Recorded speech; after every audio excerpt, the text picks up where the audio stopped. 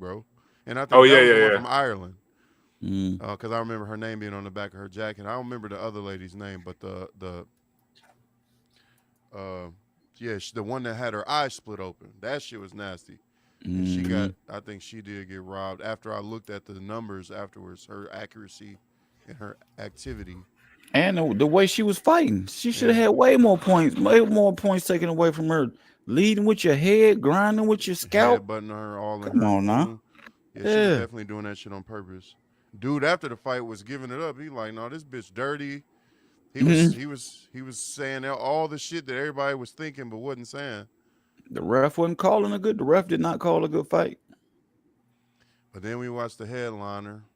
Netflix crashed several times, and Yeah, they got to get that together if they want to do this. Continue to do this. I heard a lot of people was disappointed with the live stream because they kept saying that they were having problems with the stream.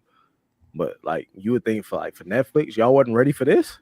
And y'all, Right. Netflix been around for years. Yeah, y'all supposed to have this game on lock. Y'all supposed to be the pioneers of this shit. And they get seems the like data like as yeah, Yeah, they should I know was exactly. like about to this. say they already Yeah, knew who was coming. They already yeah, knew it was going to be one of them turnouts. exactly. Y'all should have had all y'all bandwidth ready. But Y'all know what y'all was getting. I would much rather keep it on you on Showtime or HBO or something if y'all gonna play it like that. But that was an Keep that shit amazing. away from me. It was an amazing event. You said what? I never want to see that again. What, that fight? Yeah, Yeah. It was an that amazing was production. That crowd was huge, but then the fight itself was so ass. that was And bad. It was bad.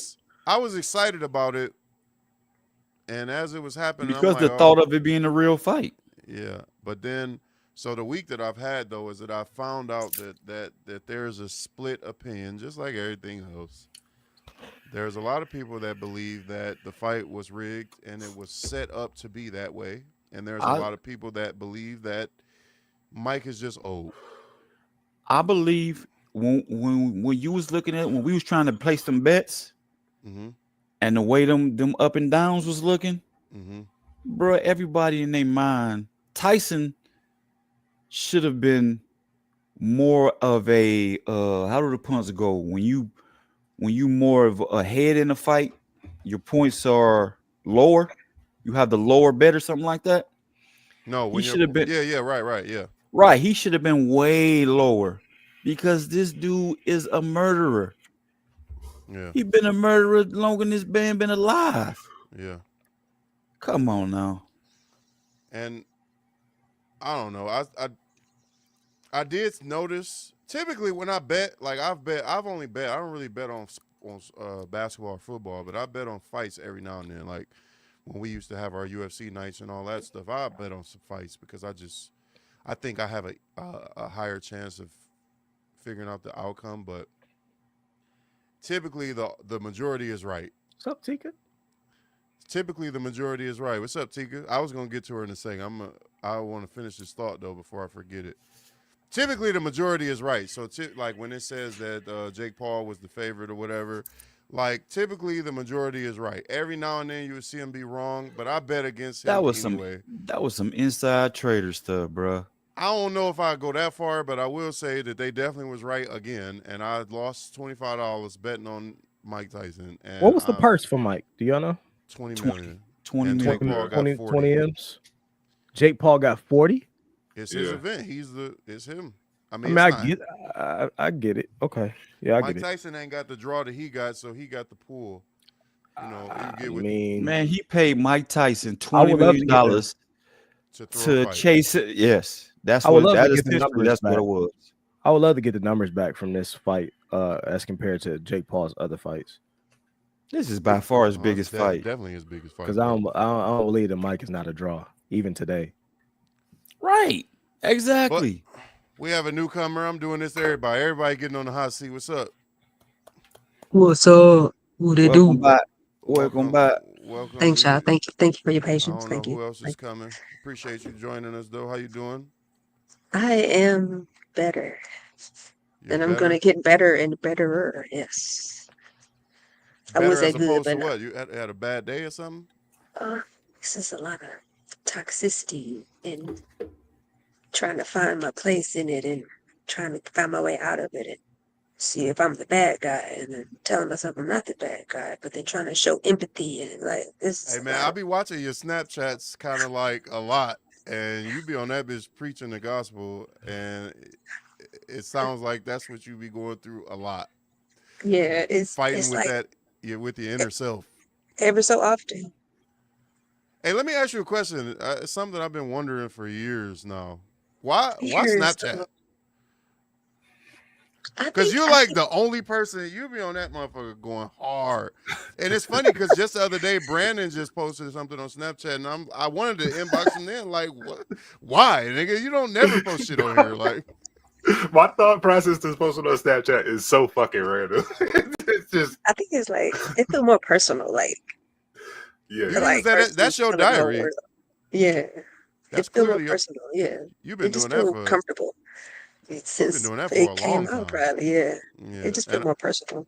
I mean, I don't know what your audience is like on there, but I don't have no audience. I don't have nobody on Snapchat. It ain't no whole bunch of people. It's like I feel like 30 people that Oh, okay.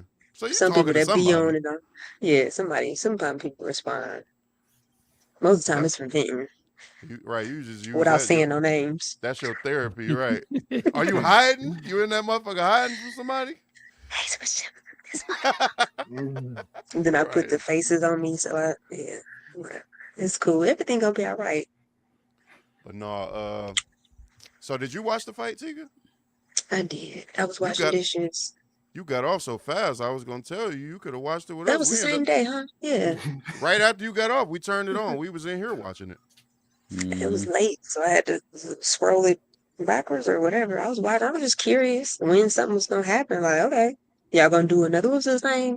Mayweather. When he fought that one guy, they was playing Yeah, for all them pity pat. rounds. Like, Yeah, so y'all yeah, just yeah. gonna What yeah.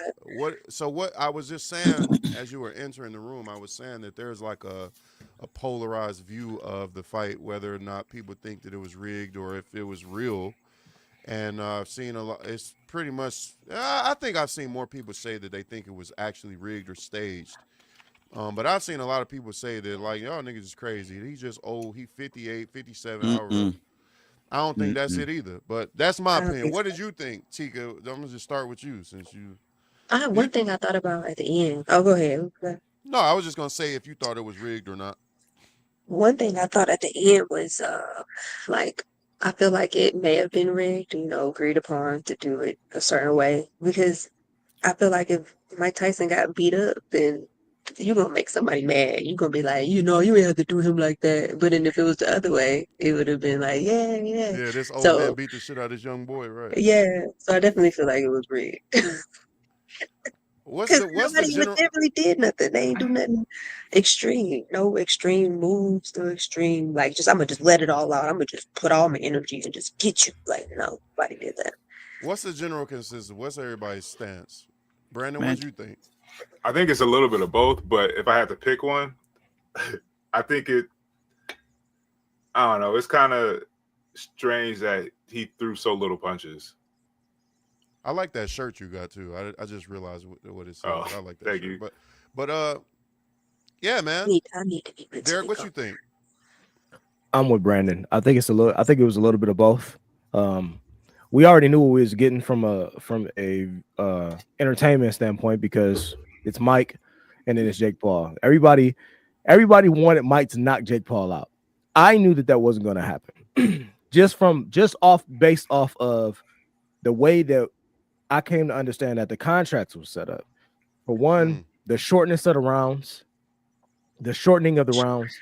I believe it was it ran 2 minutes. 2 minute rounds. 2 minute rounds, right? Versus 2 minute rounds. Normally it's 3. Yeah, 2 minute rounds versus 3, and then it was 8 rounds versus 12. 12. I think they did that more so for his age. I took that into account too, but I mean, you can definitely visually tell that Mike was tired. He was winded. Yeah, He was definitely tired, but fourth, there was fifth a round. couple times in that fight where it seemed like instinctually Mike might have forgot that he What the signed a deal contract was, for some yeah. shit because he caught him with a hit, and I was like, oh, because they slowed it down in the clip that I saw. They slowed it down and everything, and it showed the impact of the punch. and that shit, it rocked Jake Paul. Like it sent him back, and he was like, "Oh shit!" I got some this shit to is-" play too. And I'm Brazil, like, Yeah. I don't know. Mike might have had to remind himself, like, Like, "Yo, oh, I gotta Oh, pull my punches." Oh shit! I what's your just, stance, Ojo? I know. I mean, you That's already know what your Mike. stance is. Mike Tyson did more biting on his gloves than he did fighting. you're Exactly. damn right about that. Bruh, Mike Tyson is a one-hitter quitter. You remember what I said after the fight? I said I felt like he was biting his gloves for what reason? What did I say? To not throw to remind himself. And right after we got off, when I scrolling Instagram for that week, everybody was saying the same thing. Like that was kind of like his little nervous tick to get himself under control or something. And we all know Mike is kind of like, I don't want to call Weird, him out crazy, there. but yeah, he's kind of got some quirks about him. And I Did kind you of hear feel it? like, Did you hear And his not for response? nothing, when you a fighter, it's just and some things are just become instinctual. You know what I'm It's- saying? Exactly. Like I Yeah, said, it he been becomes doing that instinctual. longer than this man been alive. Yeah. so he been doing that biting thing. No, No, he's no, been. no. What I No. mean by that is boxing. Mike Tyson been boxing longer than Jake Paul been alive. Yeah. so what he's Jake saying Paul is, just got into fighting 6 years ago. it's built into his nervous system to the point where it's like Right. he looks at everything like a fighter. You've been fighting since you was a little boy, literally for 50 years. So like if you go into the ring, you can't turn that shit off. You've been doing it forever. Yeah. And I feel like that's exactly what that biting in the glove was. Look at what my man said. I'm going to play this video. I'm going to play it from the beginning. Did y'all hear what when they asked Mike Tyson why he was biting his gloves? What he said? He Something said he had a about biting This fixation. is He got a thing. he Oh, got bite. a biting fix. That, fixation. that video looks crazy. Like since when? I'm going to play it That- again. That looks crazy. Let's watch this. That looks crazy. He's clearly pulling his punches. Yeah, Definitely. because he would have dropped him. I think He this would've video, called like, him right on this the Mike chin. Tyson fight was rigged based on all the information that I've been seeing coming out online in regards to the fight that he had against the man Jake Paul. Yeah, let's watch. Fight was most definitely rigged. Here's some evidence you might have That missed. voice Tyson was doing kills me. fantastic at the beginning, landing some big shots and knocking Jake around the ring. But that changed Yeah. when Paul clenched with Tyson. It's alleged he whispered into Tyson's ear to cool Of you. The course. message was confirmed received by Tyson with the affirming about to knock tap me the on hell out. back. All After that right, moment, okay. Tyson became a stick in the mud, standing directly in front of Paul with no more aggressiveness to him. Like here, for instance, Tyson can see the right hand plain as day Exactly. and makes no attempt to slip it. My next reason is 'Cause he Tyson know he was ain't got no definitely power. pulling his punches. He just scrolled his look at face this. He was struggling Look at to this. hold back and not Look throw at that. punches Why are himself. you doing that? Here's a perfect example. What you Tyson doing? deflected. Now people were saying like it's just because he older, because Jake No. Paul is faster than him. But if you look, No, man, Thinking this about video, speed. That this was video, bad. this video is going to show The you. shot off his shoulder, comes up in perfect position to land a counter right hand, but does nothing. Very uncharacteristic. And my final reason is Tyson biting his glove. The reason he was doing this was to remind himself not to throw punches and let Jake control the pace. Mindfulness. Was this fight a fake? Let me know in the comments. That's course it 100% what I believe. I think that video nailed it. You see this man visibly holding back his punches, where he would throw a punch and then he would just not let it connect. He would just drop his hand down, when it was clear as day that Jake's face was wide open to receive it. Bro, this is disappointing. it's then- instinctual in Mike could- by now. That's a they- reflex. They kind of go further into like, look, I want you to pay attention to how Mike is moving right here.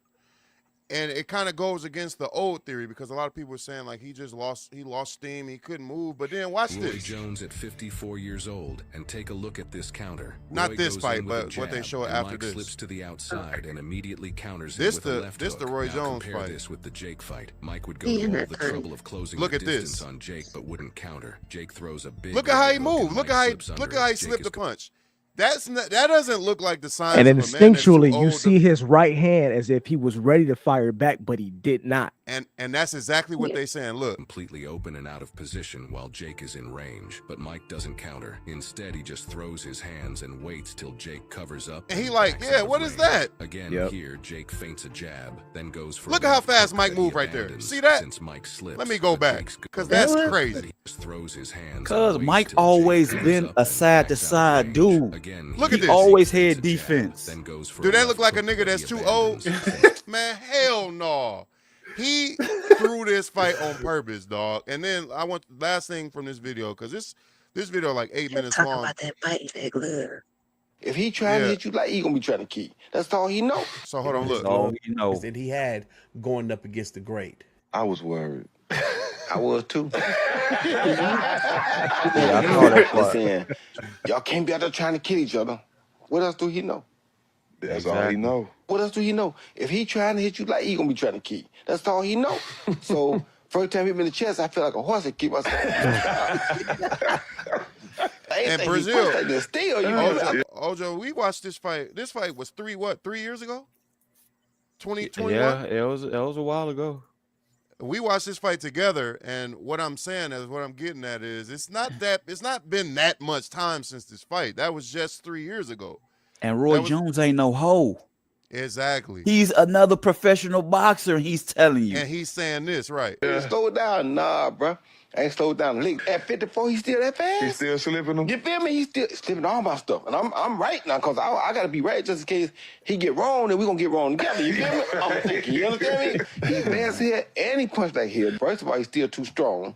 He still got all his old tricks, and he much harder to hit than I ever thought he would have been. You understand me? That's what was surprising to me. I really try. And the irony in that is that he's the one who was calling the fight. Not calling the fight, but commentating on the fight. Yeah, he was. So for him to have said this a few years ago, and then kind of like the change in his tone after the fight, is almost like he can't say what he really thinking on Because the air. because of the people who pay him. You know that he's under contract with Jake Paul, so he had to be on Jake Paul's. He kind of got to be a part of the yeah, narrative. right. Because he couldn't be on the thing like, no, something don't seem right. He got to sell the fight too, because that's part of the commentator's job, is to make it seem believable and exciting. Exactly. So, but he was at the table like, yeah, it don't look good, and Mike looked tired. Like, nigga, you know damn well it's Yeah, deeper Mike- than that. Mike I feel like had he's the low knee key brace. snitching though. Mike Right. had the knee brace on. Talking about that bite. He kept talking about that bite, and I feel like he was trying to give us a hint. Like, you keep biting that glove, like something's Yeah. going on. Like, I feel like he's low key snitching. Like, him and the white guy or the other guy, I don't know what he looked like. He kept like, no, I know how this go. This is the thing they do. He's like, no, that don't seem right. I ain't never seen Mike bite his. So what is motherfucking that? glove. So does that change anybody's overall perspective or opinion on Mike? I Knowing knew Get Mike y'all was a killer. coins, whatever. I knew No. Mike was a killer. I know Mike. He did it for the money.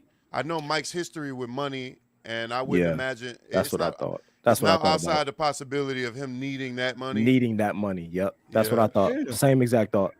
His I mean, podcast kind of slowed down, so I don't think that's rolling for him no more. He also showed that he could fuck him up without actually doing it. That first round was real telling, wasn't it? Because he was Mhm. knocking his ass around, and Jake Paul ain't no little guy. No, Jake Paul is Jake Paul is a big dude. Yeah, he And was they knocking had, that nigga around don't the forget, ring. they had big gloves. They had some, I think they had 14. 20.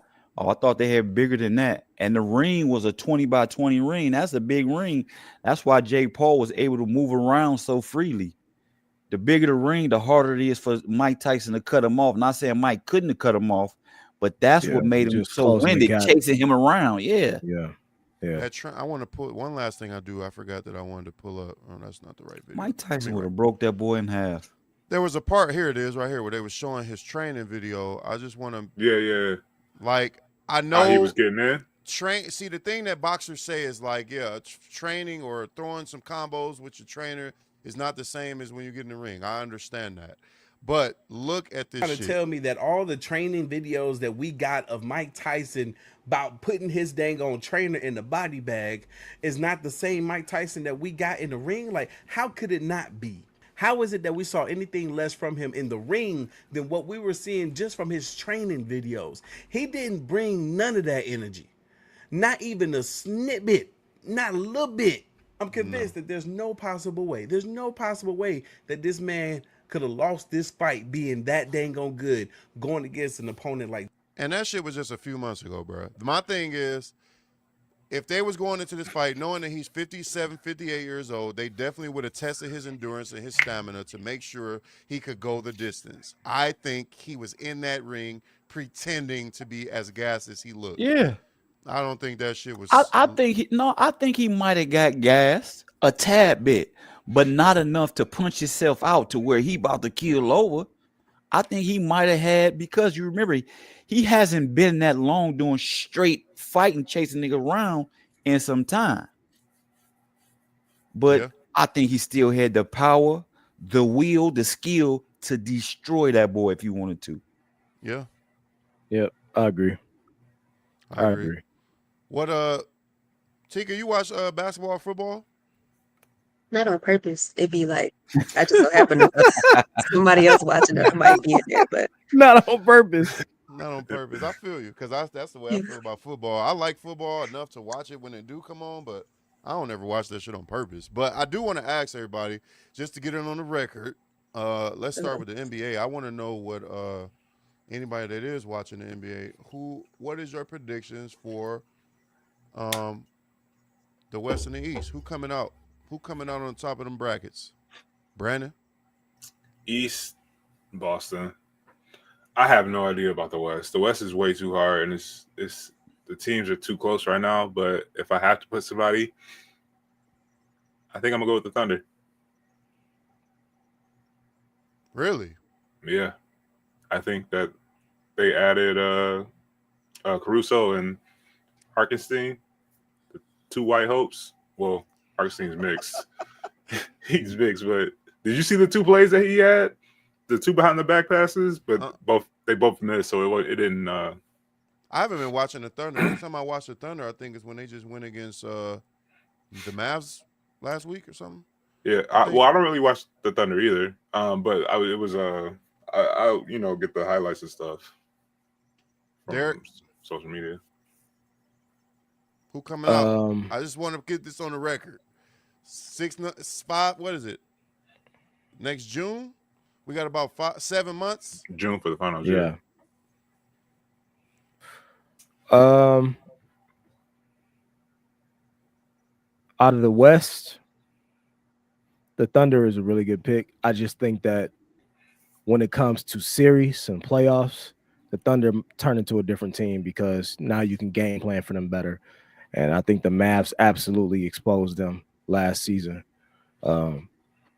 Luka Doncic is just nobody on that team that can stop him if he gets in his bag. That's what I'm pulling for. I'm pulling for the Mavs, dog. I'm pulling for the Mavs. I just don't think. I think that they are in the same position as everybody else. Like the West, the Wild West is so strong because on any given night, anybody can give it to you. Like you got Golden State in there, who's I think are they number 1 seed right now today? If they're not number 1 or number 2, Golden State. The Thunder is. I thought. No, Golden State dethroned them as number 1. Oh, really? Oh, I didn't even know that. Yeah. Golden State did? Golden State. I thought they Golden was out State, here losing left and right. No, Golden State is performing really well. They made some really good pickups this year. Oh, that's what's up. And I think they could be a contender. I would not want to see them in a playoff series. So I don't know if I got to pick somebody to come out the West. Yeah, I kind of forgot how good. I think Steph got something to prove too. I think that's where it's going. Steph always got something to prove. Brazil, who you got? I don't know. I ain't really been watching basketball too much. It's still what are we about a month out of preseason? We basically a month in. little more money. So I don't know. It's still to me. It's still it's too early. It's still too early. I just want to know niggas' guesses. I don't know. I will hope Dallas get their shit together. Because I will hope Clay got something to prove. I'm still rooting for my man Clay. But Dallas just lost to Golden State the other day. And when Utah just beat him, and then the Lakers just beat Utah, I was like, what happened? So I don't know. They got that white boy who was pretty good. He can shoot the ball. They got Austin that. They got that. No. Oh, you talking about the other dude? Yeah. Connect. or whatever his last name is, the dude that they Yeah, drafted. I think Oh, they that drafted. young Yeah. boy. He was a Connect 4. sleeper. Yeah, Mm. Connect 4. They had it. They drafted him, and he was a sleeper. Mm. Everybody else, and LeBron was talking about it in one of the post games. He was like, I didn't think he was gonna fall to us, but I it was didn't like either. 16 other teams looked over him, and we scooped him up, and that boy can shoot. Really? Okay. I ain't I like I think said, I ain't even been watching I ain't even been checking for the highlights or nothing. It's just early. Probably trying to watch more football than basketball right now. it's early. You think the Lions gonna do it? Well, I hate the Lions, so I know, So yeah, but be so objective. hell nigga. no. They're cursed. The Lions are cursed. They are a cursed franchise. They ain't looking cursed right now. what are That the has Bears? nothing to do nothing. Hey man, thank y'all for coming out. God bless and good night. It ain't about that. So I got respect for the Lions. I like a lot of players that came through Detroit. I just don't think the Lions treat their players or have not in the past treated their players who have done tremendous work for them. Brett Perriman, Herman Moore, Barry Sanders, Megatron, they have not Megatron. treated them with the respect that they deserve. So that's why I just feel some sort of way about the Lions. That's the only reason why I say that. So who it Lions look like have that? definitely.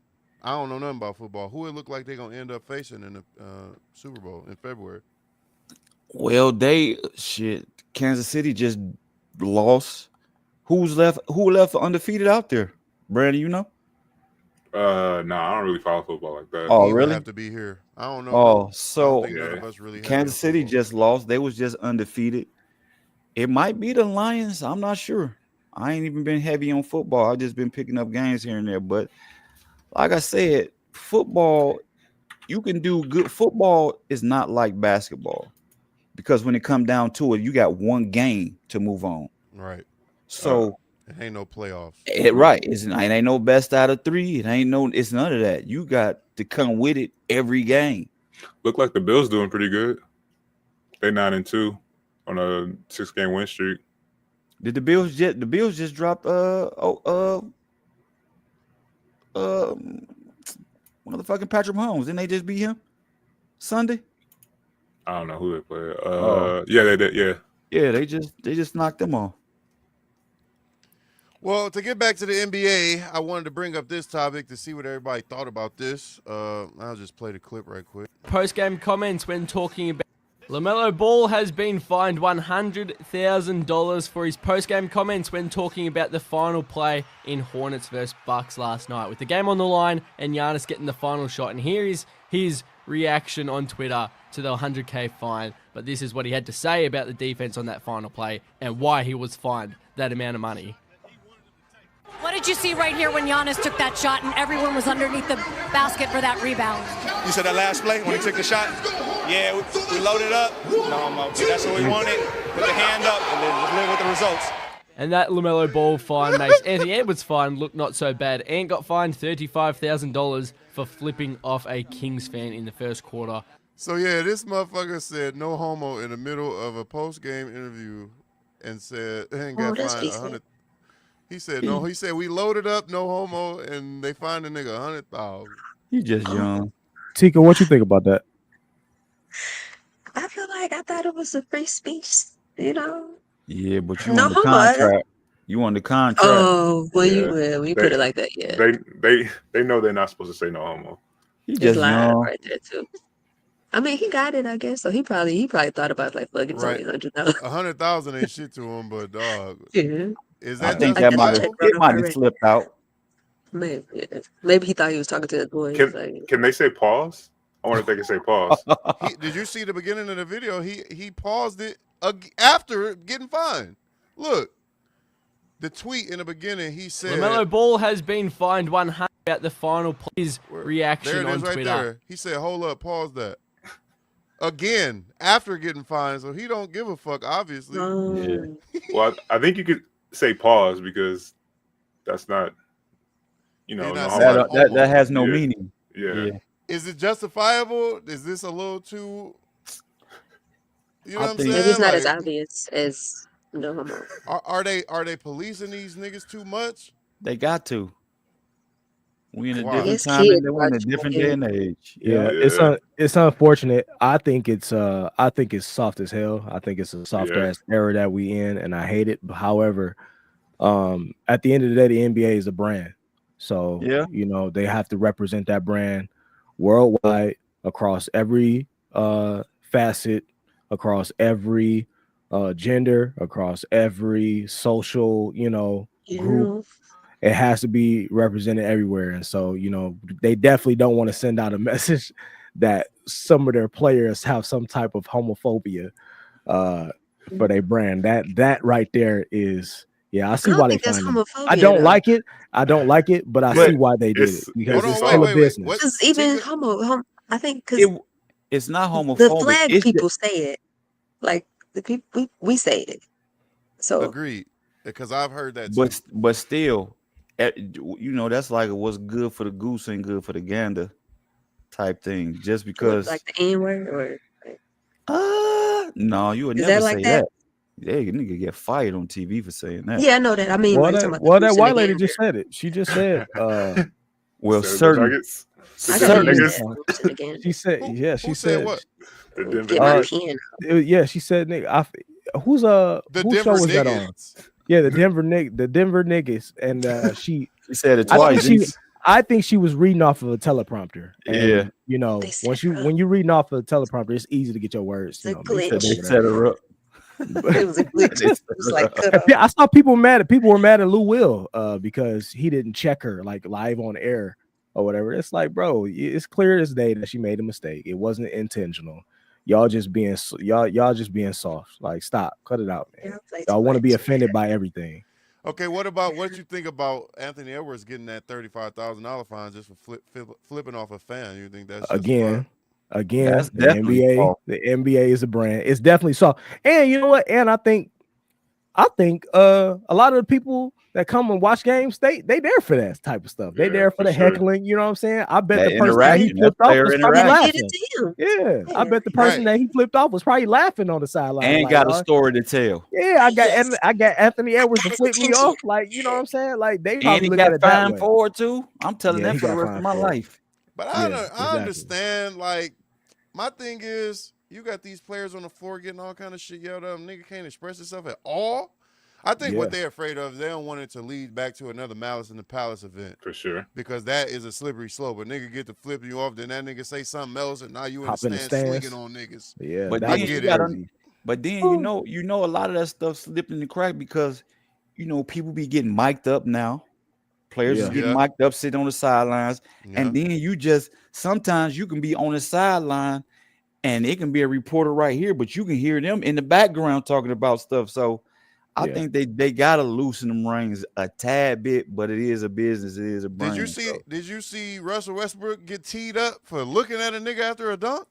No, I didn't Yeah, see that's that. wild. Now I know They I, You always mean gunning another for him. I player? know they do. No, but you got to see the shit. Like, I want to find it now because he dunked on the white boy Russell. Yeah, but they've been started doing that. They don't want you. They damn near don't want you to do any type of aggressive Jason- celebrating after a dunk or anything. Jason Tatum clapped and he got a technical. Yeah. Mhm. Yeah, like if you dunk on somebody and you go like, "Oh, that's a tech." Like what, bro? That's like, so come whack. on, man. Like, what? So let's Grizzlies after a very slow free Worse. throw shooting and work their way back to the middle of the pack, but tonight it's not That been floor is 10-17. beautiful. Mm-hmm. It is. Over help with Westbrook and Golly. Santiago allowing Yeah, Westbrook Grizzlies to probably got the best alternative. and Westbrook sneaks look. 7 You for see that? Westbrook. He got teed up for that. On Westbrook. Yeah, but they gunning for him. They're gonna do a replay. Yeah, I know. Soft. That's what everybody be talking about. The league is Look at soft. this. That's why. That's not nothing. That's terrible. That is terrible. That's Damn, awful. dog. But Russ, That's awful. Russ got it That's on his awful. back like Rasheed. They probably That's gonna awful. take it Maybe back. he was about to sneeze or something like that. Like, I think that's too much, dog. That's They too throwing- much. That you was swinging bad. the whole results of a game by Yeah, being that's too. bad. You policing. Yeah, and too 1 much. point can be the difference in the game. We've seen that Yeah. time and time again. That was Yeah. too much. And them texts add up. Absolutely. Texts add up at the end of the year. You got so many texts. You got to sit down a mandatory. Come playoffs, that tech can mean the difference between you missing a game or not. Damn, for real? I was about to say, shout out Draymond for that. Oh, he the reason for that? They trying to get him under control, I see. I think once you get, I think it's 8 texts that you're allowed to get before you have to miss a game, before you're suspended for a game or something like that. Yeah, I don't remember the number anymore. I thought it was 8 though. Rasheed Wallace's record will never be broken. Ever. Yeah, she was notorious for his texts. I don't even think it's possible now to get that many texts. Ball don't lie. Oh yeah. Yeah. Oh, the Pistons and caught up, Brandon. I know, I'm watching. Derek, I want you to go ahead and present your April Jones topic. I was trying to wait for a couple of people to filter in before. Rasheed Wallace got 41 technical fouls in the season. Oh my! In a season. 41 in a season. Who's next? That is Draymond Green with 21. Oh my God, half. He's not even close. Almost half. Dog, I didn't know Rasheed Wallace was that bad. Rasheed Wallace was terrible, but they was especially in Portland. They started gunning for him. He calmed down in Detroit. He was still bad. He did calm down in Detroit because Larry. I was about to say Larry Bird, but Larry Brown had to pull them back. Like, yo, you can't be doing that here, bro. We're trying to win a chip. Man, I don't know. Basketball went soft though. That's crazy. Right.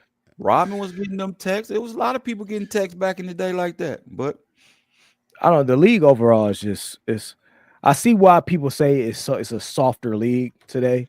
And especially a lot of the old heads, that's all they say is the league is so soft these days. And I see why. When you have instances like that, like he was a stare down.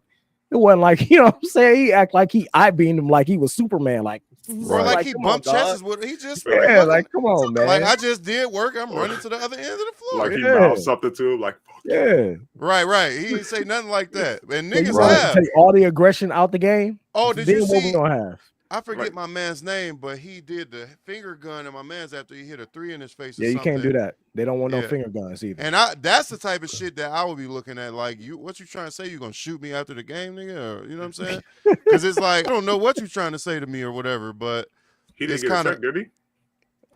I don't know if he got. I don't know if he got fined or not. He didn't get no tech. I don't think he got no tech. What up, though? My guy Edward is in. You gotta sit on the hot seat. Pause. You know what I'm saying? Oh, I don't want to get fined. Sorry. How was your colonoscopy? Right. Nigga said I got an appointment. I got an appointment. Oh, you really liked it. Up in there. Already all the way up. Already scheduled your next one. Already did. Next one.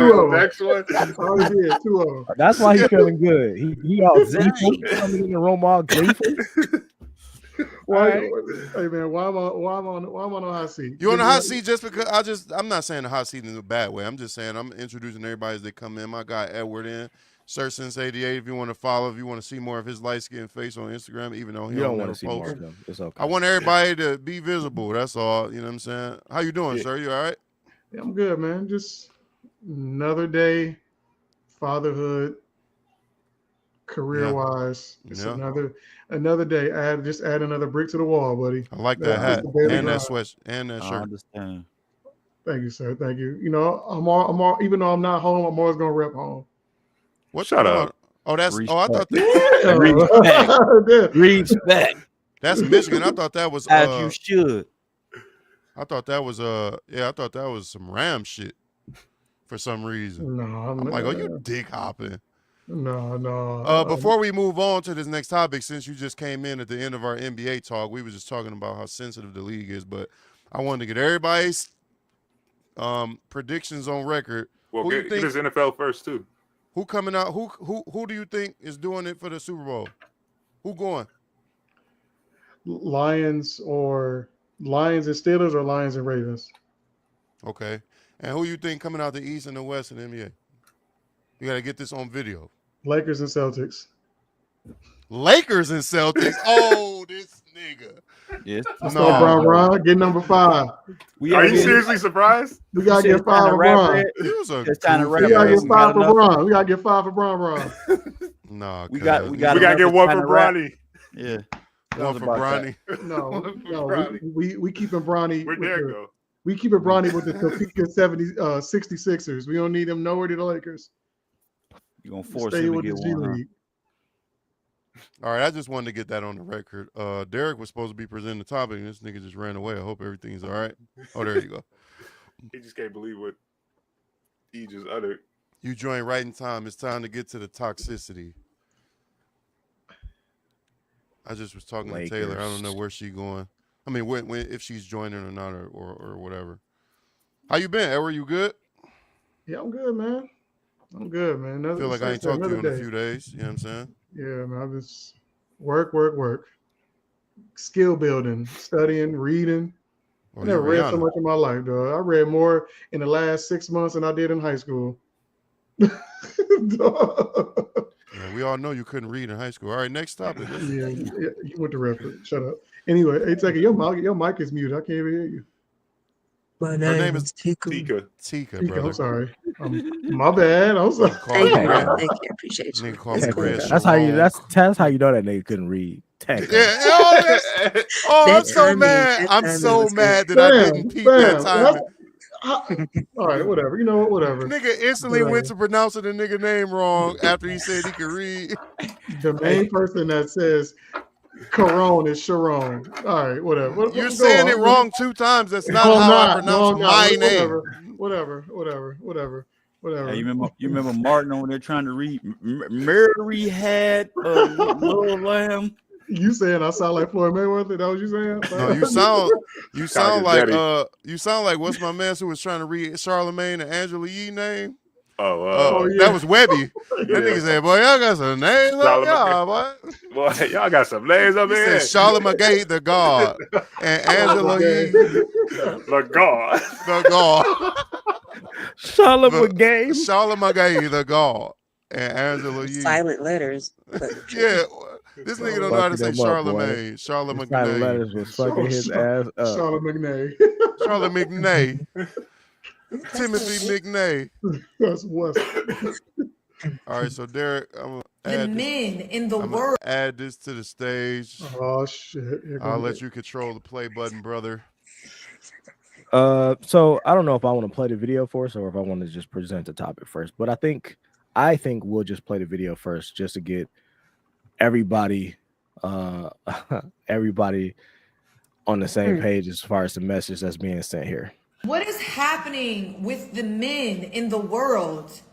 They want to be catered to. They I can't even. When I hear it out loud, it just sounds. They want to be catered to. They give you bare minimum. They don't want to spend money. Men will come with the bill will come to the table, and the men don't grab the bill. Women are grabbing the bill first. The women are grabbing the bill first, and we are paying for the bill. Somebody said, "How about he come to you?" But that wouldn't even. That's fine. Come to me, but don't ask Don't say you're not gonna fly me, but come to New York. Okay, you're gonna send for me. Because he could have easily just been like, "I want to see you. I will come to you." What is happening with the men? I'm sorry. I think that I just am like really actually old school in the sense that like, look, I do believe as women we are working these days. There's not a lot of at-home mothers and whatever, cool. But at the same time, my G, like come with it or go home. What are we doing? Like, what value are you adding into the life of a woman who is supposed to be catering to the home? Like you want the woman to cater to the house and make sure that she builds a home for you and to make it comfortable and to cook and to do all those. I believe in that. But like at what point, if men ain't even flying, you are courting you, bruh. You want me to cook? You want me to clean? Right. You want all these things. Still. What? Expecting those things. No. What's going on? But then adding on. So it's like adding on. I mean, and listen, someone said what's happening with the woman too. I don't know that because I don't date women. Dog, her friend is so annoying. Facts. Yes. Wait. Who's April Jones against? Who's baby mama? Marion, baby mama. Omarion and Lil Flip's baby mom. She was dating. Lil Flip. She was dating. Lil Flip. I call him Lil Flip. It was Lil Fizz, right? Lil And that was Fizz. that was Lil Fizz. Yeah. Lil Fizz. She was I say dating that's Tay somebody Diggs too, name. right? So that's Yeah, what I was Tay about to Diggs say. Yes, she was dating And Tay Tay Diggs. Diggs just recently. Just They had they a just whole broke movie up. together. Yeah, That yeah. movie? They I had a didn't know that. whole movie. Well, my wife like those type of movies, so. Oh no, you ain't got to explain it. It's not a bad thing. I just didn't know. I No, didn't no, even- I'm just putting a Where little the movie context at? to it. It might have been one of them straight to. Yeah, it was straight to DVD. That was Yeah. straight to DVD because No, it wasn't even no DVD. That boy just came out. Right, that's what I'm saying. They ain't It shit was ain't like, real. So Hey, streaming. here you go. Came Just out. release it. Yeah. Yeah, They were like, damn. Here you go. Yeah. Damn. Take it down. But no, so before we even get to talking about this, I want to say two things. The first thing is I used to be fucking crazy about her until she proved herself to be the piece of shit that she is. But second, I want to point out another thing is she's complaining about men's, let's just say, unwillingness to court her properly. But then the nigga was like, how are you expecting niggas to court you properly when you just was publicly fucking your baby daddy's homeboy? Proper. Something proper. What the fuck? I'm not wifing you and treating you like a princess when you just was. Lil Fizz is your man's You old was a friend groupie. slash She's so old bandmate. school. You was She's the so very old school. definition of a groupie. What you say, Tika? I said she's so old school though. She's so Right. What the fuck? I'm not Yeah, what flying part you of out, old bitch, school because is I that? got an ice box where my heart used to be, bitch. she's so cold. She's so cold. Nah. Exactly. Nah. Take that. I don't know what the fuck you expected me to do when you just was on the Love and Hip Hop shit wilding. Now you trash. I want to hear from you, Edward. What do you think about this? I think she has some truth. If Oh, a nigga is okay. What's the if a truth? nigga is gonna say, "Hey, I want you to come," or text, if he DMs you or calls you, texts you, whatever, and requesting your presence, you're gonna have to pay that. You're gonna have to pay that. You know what I'm saying? You're gonna have to pay that. And now I also think that, I mean, when I say pay that, I mean pay for the plane ticket, that kind of thing, right? I also think that I haven't seen any male or heard of any male that isn't picking up the tab, especially ones that are 30 and up, like 33, 34 and up. Like I don't know, I would bet I've met your parents, Gerald. I think I met your dad once, Brandon. Yeah, I maybe. think I met him one time, but or if I ever did. The point I'm saying is, if I could guess, we kind of were raised similarly, different backgrounds, but pretty much the same way. We all learned that as a man, you're supposed to grab the tab first. You're supposed to pick up the bill first. That's how I was taught, right? So she's right about that. I don't know. Maybe that's just a young person thing. They're 20, they're 30 and under, where they're looking at the woman to pay the bill, especially when you are asking them out on a date. But if you're requesting a woman's time, you have to pay for that time. It's not just, tricking or nothing like that. It's just you requesting time with that person. So you got to give them something: food, a drink, coffee, pizza, spaghetti, whatever it is. You know what I'm saying? But yeah. So Or could it be he just don't give two shits about her and want her ass out there? Well, I mean, yeah, that's possibly true too. But I mean, that's on her. But that's on her to discern which one it is. How did you present yourself to get to be treated like that? Are you just a jump off to get your rocks off in LA and then get sent back home the next morning on Spirit? Well, no Spirit no more, but you know what I mean. Thank God, by the way. Thank you. I forgot about that. Thank you. No, it's over. They bankrupt. No, they still flying. It's still flying. You can still fly Spirit if They you need to want stop. I just saw a nigga putting duct tape on the propeller the other day. Man, stop it. Stop it. That's called speed tape, and all the airlines do it to all the airplanes. No, It's no. not regular duct tape. It's called speed tape, nigga. It's for that.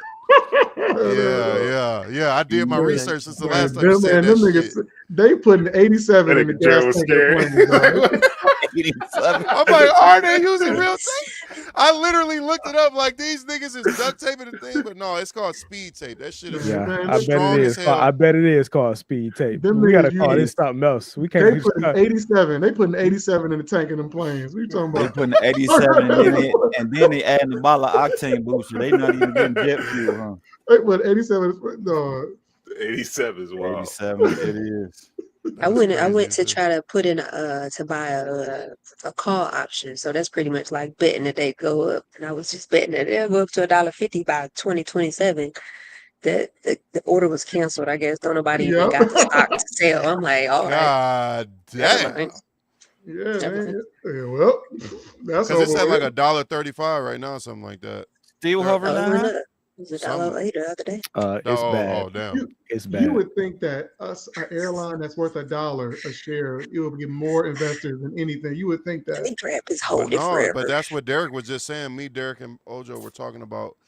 We have a group investment. Let me change the logo. Hey man, don't put our secrets out there, bro. No, hold on. Hey, we had a whole show about it. Look at the logo now. I just changed it.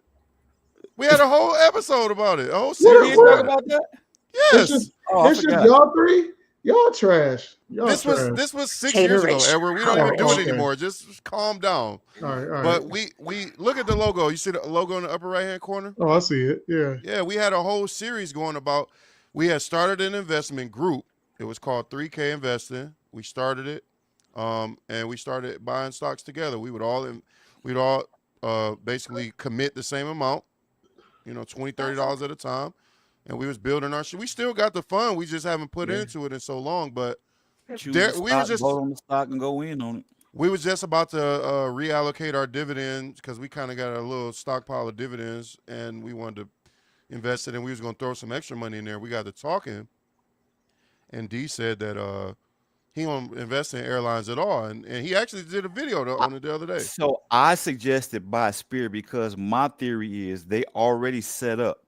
I don't think you buy it as Spirit. You buy Spirit when they're low because they're going to file bankruptcy, and somebody's going to buy Spirit because they're already set up. So somebody's going to come and snatch them up, and it won't be Spirit, but you'll have those 25-cent value stocks. Maybe. You understand what I'm saying? Maybe though. That's a big maybe. That's assuming that that's happens, assuming though. that they don't. I'm not saying it doesn't happen. I'm just saying that that's assuming that they don't close out that position and it gets delisted from the NICE altogether. And that's what I'm expecting to happen.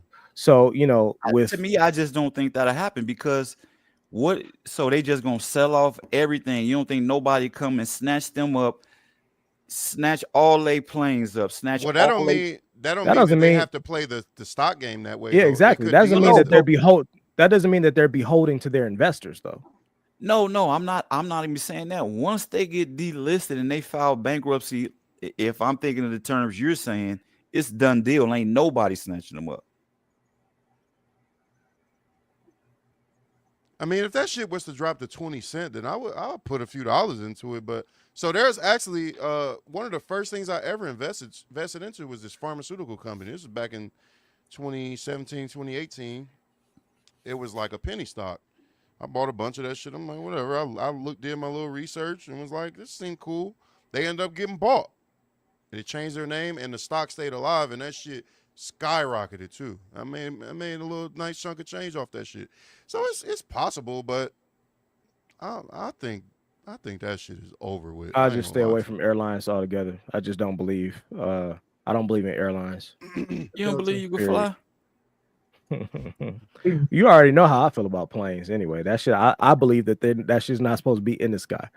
I believe that we're not supposed to be flying around in metal boxes, in metal tin cans in the sky. That's this one nigga. Yeah, and birds ain't real. That's this one nigga. Oh, there. Thank you, Brandon. Thank you, Brandon. Thank you. Dog, I literally follow a subreddit called "Birds Are Not Real." I don't believe in it, but it's hilarious though, because it'd be like Anytime there's a video of a bird, it's like that's Birds the are not real. government spy machine coming to watch what we're doing or some shit. Anyway, Birds are not real. the one conspiracy theory this nigga Derek believe in, or whatever you want to call it, is that he don't think planes should be in the sky. That's But you drive a crazy. car every day. That's different. That's grounded. It's safer to fly than it is to drive a car. Only because there are way more cars than it is planes. That's a simple mathematical You can equation. survive That a ain't- car accident. You ain't surviving a plane crash, bro. That's exactly my point. Hey, Bam. Parker did. But they all right. DJ AM did kind of. Shout out That's to exactly PJ. my point. You can PJ on survive a car Instagram. crash. You're not surviving no airplane crash, bro. least Nobody if is you put me on nobody is getting up and walking away from that like, oh man, that was pretty bad. No, your little crispy corpse is gonna be in a casket by next Tuesday. We gotta get back to April Jones. Yeah, done how we get here? Yeah. My man- Where do we go? My man's PJ on Instagram. He was up until about a minute ago when it stopped. Because Instagram don't let you go over an hour, but he was on there saying that April Jones is a bum for posting this video. It makes her look bummy as hell, and that's what I'm saying. It does. It makes her look really bad. It kind of makes her seem kind of like desperate. Like, how is you Right. out here moving? You could have. So all you're doing is you giving people the playbook. Yeah. Right. And she on. I used to be crazy about her, dog. Is this a case of kind of right message, wrong messenger? Yeah. They could be that too. One of the things I was going to say to what you were saying about men not picking up the tab is that women's experience? Like, is that what's going on outside? I don't think so. I don't think that's the majority. I think it of is. experience. I think it is. Brandon, Hold on, you we said have a why you woman say right yes here. so emphatically. Huh? But she's been in a relationship for 5-6 years, and From what Yeah, I but hear, she was dating. She was dating, right? I was, Tigger, you know what? Yeah, you know what? I think. So what's your experience with men dating? Well, mine. If you ever watch this, you'll see. I was making some money. I was buying my flights out there a few times a month. Well, maybe at least once a month. And I feel like I was putting out more money. So maybe that situation would be. But I think he wanted to. He wanted to. but didn't have the He would funds tell me to. he wanted. Correct. Okay. Yeah. Okay. His heart was there, but money wasn't. But in not his heart. money, not that pocketbook. Brandon, why Yeah. you say yes so emphatically? What you done heard? well, I don't think it's like a common thing, but I think at least from my dating experience, I've had a experience where they were dating someone or going on a first date with someone and they didn't pick up or wanted to split it or stuff like that. I've had girls be surprised when I pick up the check. It's like, what the fuck are you surprised about? What? Yeah. Ain't that? I feel like they this- want to just make it seem like they surprised. So Well, Oh my God, right. Well, hold on, because women have to take some accountability here because I think a lot of men got to the point to where they were looked at as food. Like when you have a whole group of women who are saving men in their phone as food, not a name.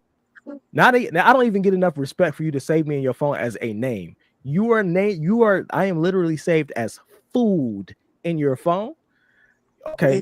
You gonna get some backlash with that. Not everybody might start to look at y'all a little bit differently. Now men might start to question themselves like, do she really like me for me? Does she really fuck with me for real?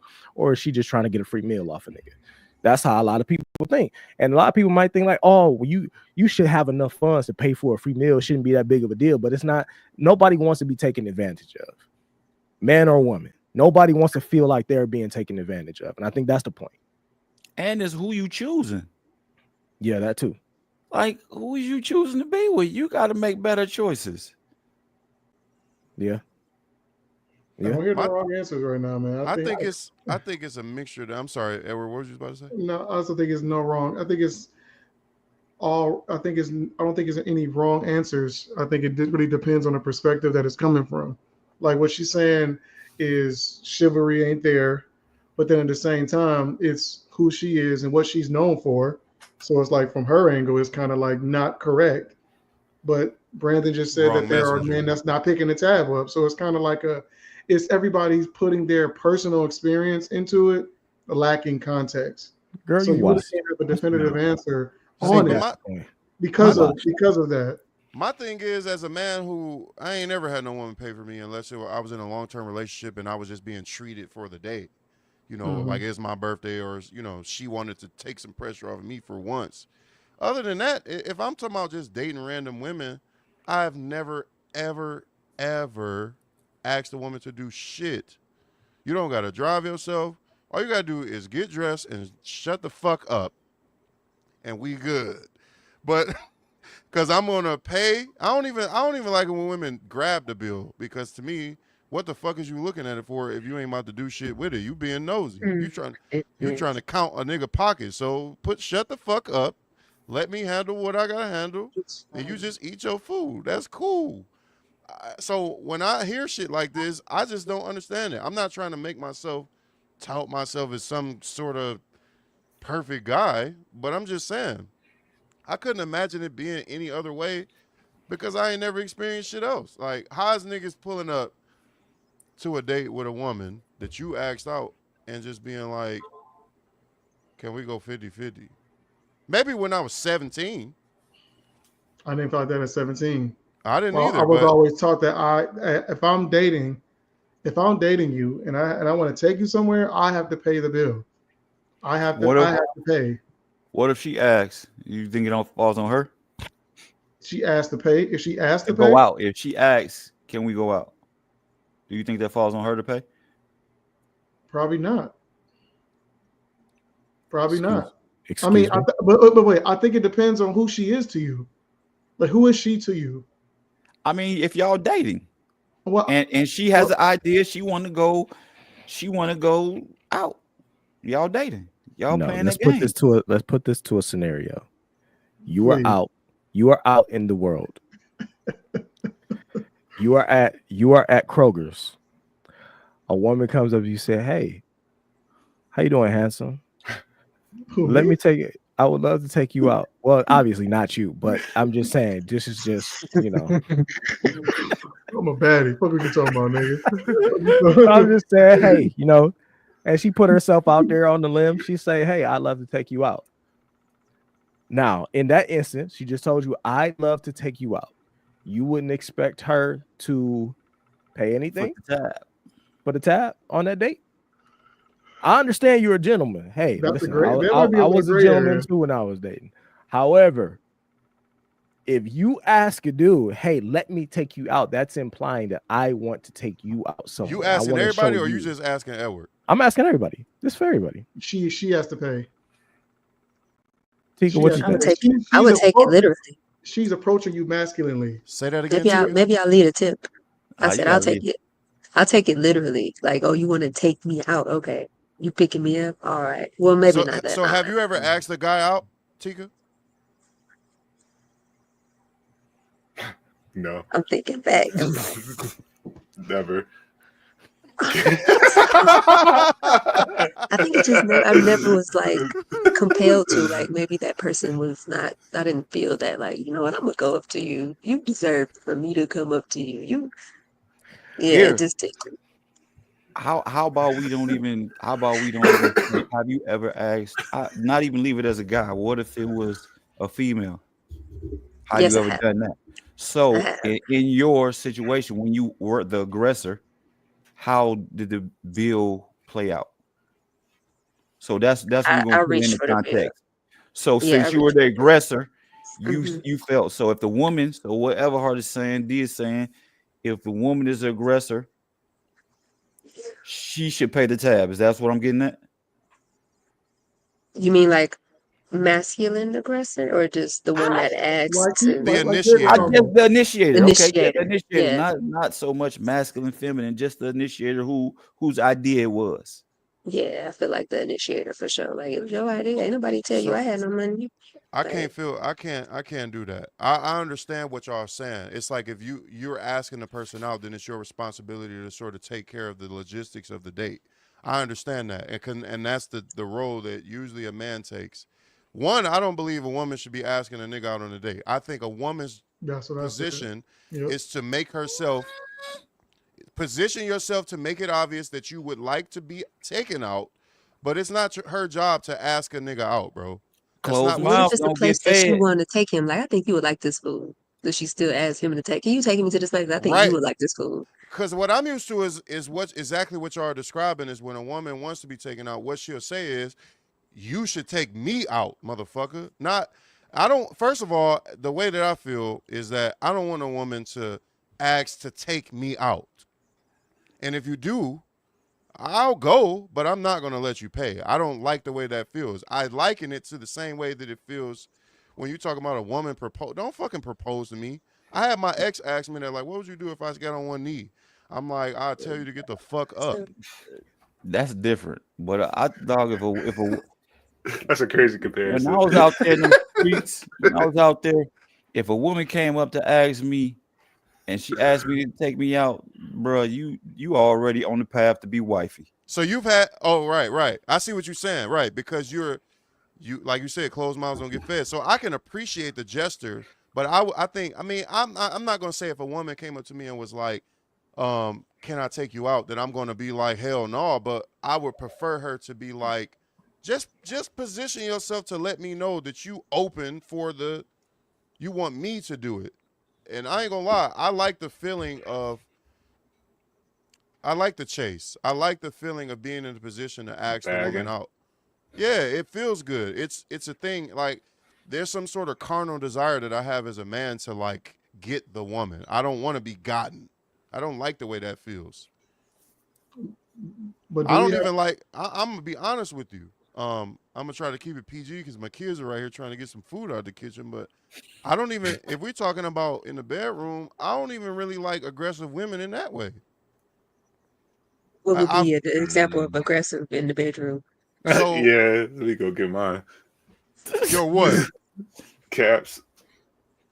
You might be your capping hats? right now, dog. Why am I capping? Oh, I didn't even see you capping. doing that. Why am I capping? What do you know about me that I don't know that you know? What are you talking about? Come on, man. You know, you just want the. No, I'm not saying no. That's not those two things. See, you're talking about two total extremes of the spectrum. I'm not saying I want somebody to just lay there and be a fish, but I'm also saying I'm not saying that I want you to push me on the bed. Don't fucking push me on the bed. I'm like, dog, hold on right quick. You know what I think of when you see shit like that? Dog, you ever seen those Hanging with Ken videos where he had the fake doll legs and they fold up and he be like see the fold of his legs? Dog, I wish I could find that, dog. But yeah, I don't like that. I don't want you to be the aggressor in that way. I'm not interested in that. It makes me feel kind of weird. Do you think that it's just like you're more traditionalist in that space? And I respect it, obviously. I'm not in terms of the a bad courting. thing. Yeah, courting and just relationally. Is that that's where yes, word. What you mean, a man-woman dynamic, pretty much? Yeah, but do you think that in this day and age, when women are being more masculine, they're more career oriented, they're starting to make more money than men, do you think that these kind of, like in my household, I do the cooking? This is what it is. But that's kind of why I don't like it. Do you think things should change to fit the? Do you think it should be on a case by case basis versus being the standard for all? You know what I'm saying? Well, I think everything should be on a case by case basis. Brandon, I want you to go ahead and say what you got to say. I was just gonna say dating and being in a relationship are two different things, though. He might be more willing to go 50-50 with someone if they're in a relationship, living together and stuff like that, versus just someone he's trying to, right. Get to know. And my thing is, I'm just talking about literally the initial contact. Like if I'm outside my son's school, bad woman walk up to get her daughter, and she like, you should let me take you out. I'm like, all right, but why you have to say it like that? Like, I don't like that shit. I would rather see what I like from women is when I'm out, I like the subtle shit. It's like a game of cat and mouse to me, and it makes me so excited. Like, I like when a woman just cut her eyes. Here's a perfect example. I was at Sam's Club 2 days ago.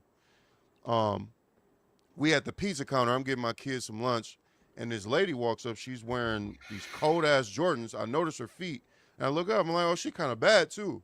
And she kept cutting her eyes over at me while she in line. It's almost like she was trying to hide and do it.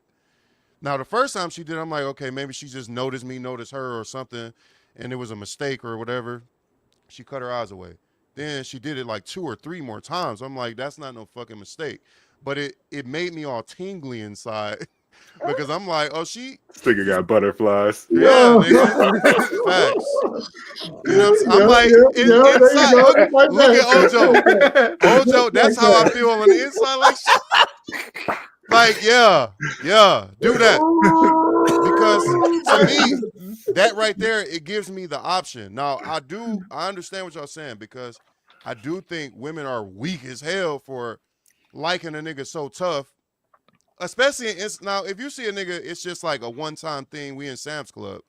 But if you're in this instance where you see a nigga all the time and you don't never say nothing, I think that's weak as hell. Like, you should make it obvious and shoot your shot some kind of way.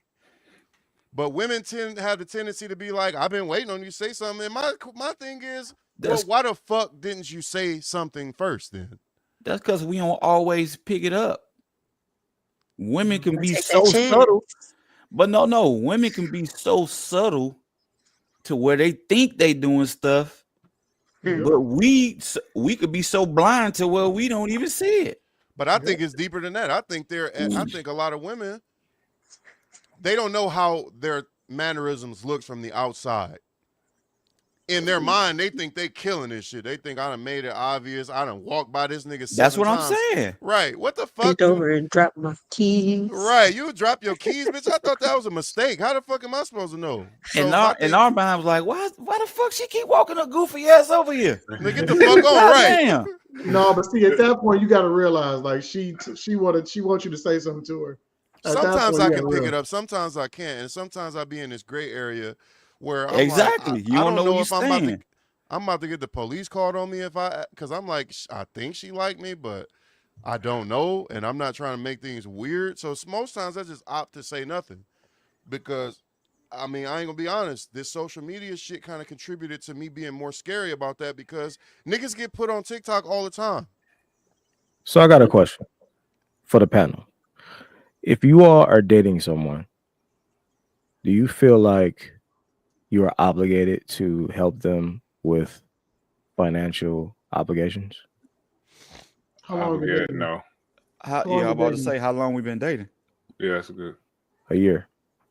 Yes. So we official?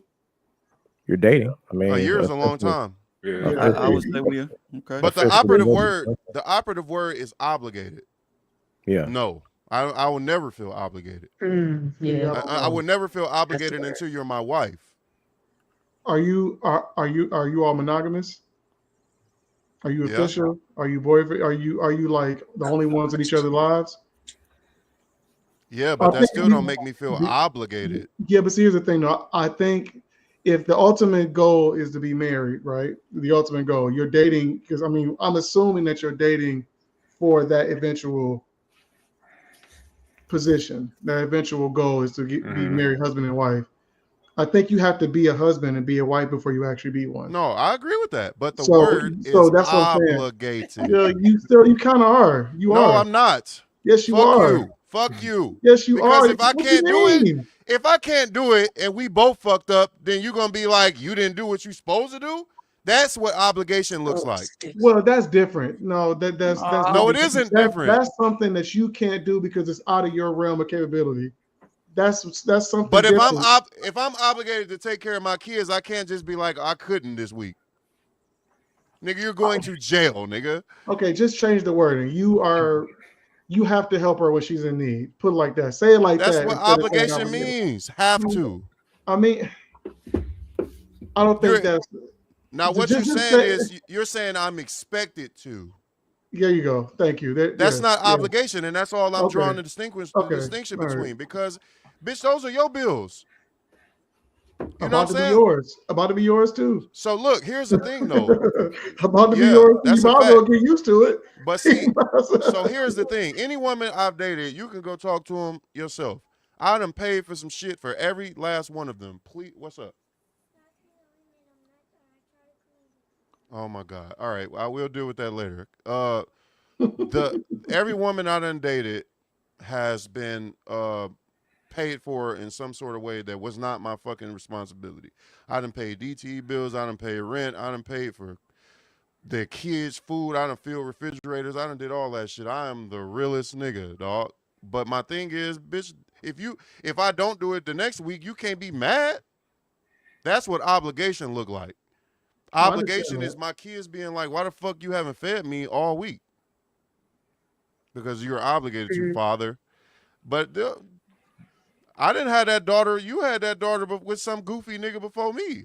That's not my obligation. Fuck your daughter. If I'm being 100% real. But I'm going to pay. I done all that shit. We done went to Kroger. I spent $300-$400 on some groceries. I ain't have shit to do with them groceries, but they go in her refrigerator. I did that. I just did that last year or 2 years ago. You know what I'm saying? But I'm not obligated to do shit. And I'm leaning more towards that philosophy because, man, I'm not a Bible thumper, but that motherfucker say things very clearly. We is supposed to marry. Ain't no such thing as dating. And that's what I believe in. I'm tired of dating. I don't want no more fucking girlfriends. So so if you don't date, how is she gonna pass those tests to equal out to be your wife? Ain't nobody had no fucking date in the Bible. They weren't tracking all that shit. Man, ain't nobody fucking dating. You choose That was a wife. 80,000 years ago. No, They man, wasn't tracking that stat. Man, no. Moses 7 dates under his belt. They was not tracking that stat, ain't nobody bro. fucking dating. You Man, marry dating your was wife. different. Dating was different. What was it like then? What was it like? Dating, they was just going to the river, walking and talking. That was a date back then. And then I'm not saying you can't never talk to the bitch. I'm saying dating. I'm talking about you dating for 7 years. That's what I'm saying. That's a different thing. Dating I'm not dating. I dated a woman for 7 years. I'll never do that shit again because I feel like, you know, when they say a man knows within X amount of months or years or whatever, like I feel like that's true. And that's really all you are friends until shit get where it's supposed to get. What's your maximum dating months? I mean, I don't know if I have no number, but I know right now the way that, like, in my last relationship, we was together for all of 3 months before I was like, I think I would marry her. And I wasn't mistaken because I kind of still feel that way about this same woman. I probably would still marry her, right? But I knew very, very early on. Time went on, my feelings grew for her. But I knew all that time because I told this nigga, Ojo, I'm like, this going to be my wife. I told him that to his face. Now, I was wrong, but because it takes two people to make that decision. So I'm not ashamed of being mistaken. But what I'm saying is it didn't take me fucking 8 years to know whether or not I wanted to marry this woman. And I think that just comes with experience because I couldn't have that sort of discernment when I was 22. When I was 28, I couldn't have that kind of discernment because what I know now, I'm much more like precise with the things that I know that I require and the type of women that I like and what's gonna work and what ain't gonna work. But was you checking for a wife when you was back then at that ages? No, I thought I was. I thought I knew, but what I've learned now, like at 36. Versus being 19 when I was in my first serious relationship. Nigga, I didn't even know what the fuck. I didn't even have a clue. It's like you don't even know what you don't know. You don't even know how ignorant you are. I don't know what that even means at 21. Yeah. T.G.A.W, do you think marriage is important? I think that an agreement is important. You said that again? I feel that an agreement is important. An agreement, but not necessarily a marriage. Yeah, because y'all could, I guess, like not like a on paper in the church or in the court type of marriage, because people can cheat and whatever. So it's just an agreement is important. Like you're trying to get some money, I guess, or if you're trying to. So are you saying a verbal agreement or a written agreement? Or an unspoken agreement? Because you can make agreements all day long, but an agreement on paper is a different type of agreement than a verbal agreement. I can make a verbal agreement today and then tomorrow decide something else. It don't work that way when it's on paper and documented. Now we Gotta be gotta something in exchange, yeah. yeah. Now we gotta talk about some stuff. So which Yeah. one do you think is like it? When I ask you, do you believe in marriage, or do you basically do you believe in the modernized version of marriage where two people have to come, they need to come together, we got to sign documents, we got to combine, you know, finances, what's yours becomes mine, what's mine becomes yours in totality? Do you believe in that institution? I guess is what I'm asking. Let me see. Totality. I think it's an agreement situation. I guess if as long as it's not getting too stuck on, I get, yeah, if it's modern and more like today, like realistic, like when it comes, especially splitting stuff, you live together, you got kids, you done had a woman that been keeping the house together and that was her job, but you gonna try to take all the money. Like, yeah, definitely marriage, but I guess for business reasons, Right. yes. And that's what I was about to say. I agree with the state governmental you know, the realm of marriage, because there's so many things to be considered when it comes to finances and ownership of property and all that kind of shit. But to me, we got somebody in the chat. I just wanted to acknowledge this. I don't want to cut you off, but we got somebody in the chat. He says that the government shouldn't be involved in marriage. And this was Infinity Gaming. He said the government should not be involved in marriage. What y'all think about that? so that's exactly what I was about to get to. What I was just literally about to say was that I don't think you have to go to the courthouse to call someone your wife. Common law? I think that's totally fine for you to say you are my wife, because that's what I was doing to my ex.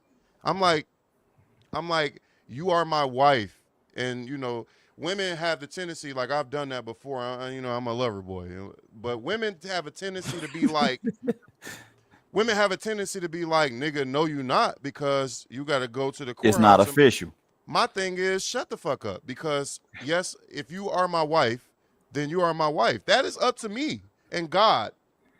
It's not up to the state to legitimize a marriage. I don't believe in that. So I kind of agree with what Infinity Gaming is saying, because the only reason that I do agree with the governmental side of marriage is because, like I said, it gets too sketchy, and then you start having niggas strong-arming women or women strong-arming men out of property. It's just the state is nothing more than a lawyer to officiate your dealings legally. So you do need it. So you do need government in marriage. You don't need it to declare a woman to be a wife. All you need is God. I mean, yeah, but you still, I mean, if we're talking about when the pyramids were getting built, yeah. No, why do y'all keep separating these times like we've transformed into different people? Because you can work now and buy a house and buy a car and have a 401k and have a pension. But you don't have to do any of that shit. The point I'm making if I'm is a that homeless man living outside of Shane Park right now, and another homeless woman, and we fuck with each other, and I say, you my wife, I gotta go to the courthouse to call this bitch my wife? I don't got no 401k, I don't got a bank account, I don't got a house, a car, I don't even got a pair of shoes that I can trust. Somebody gonna have to get this grocery cart when you kick over. What the no, hell no, because now you're trying to use humor. What I'm saying is two people have absolutely nothing. How the fuck is you gonna say I gotta involve the state? That don't got shit to do with nothing.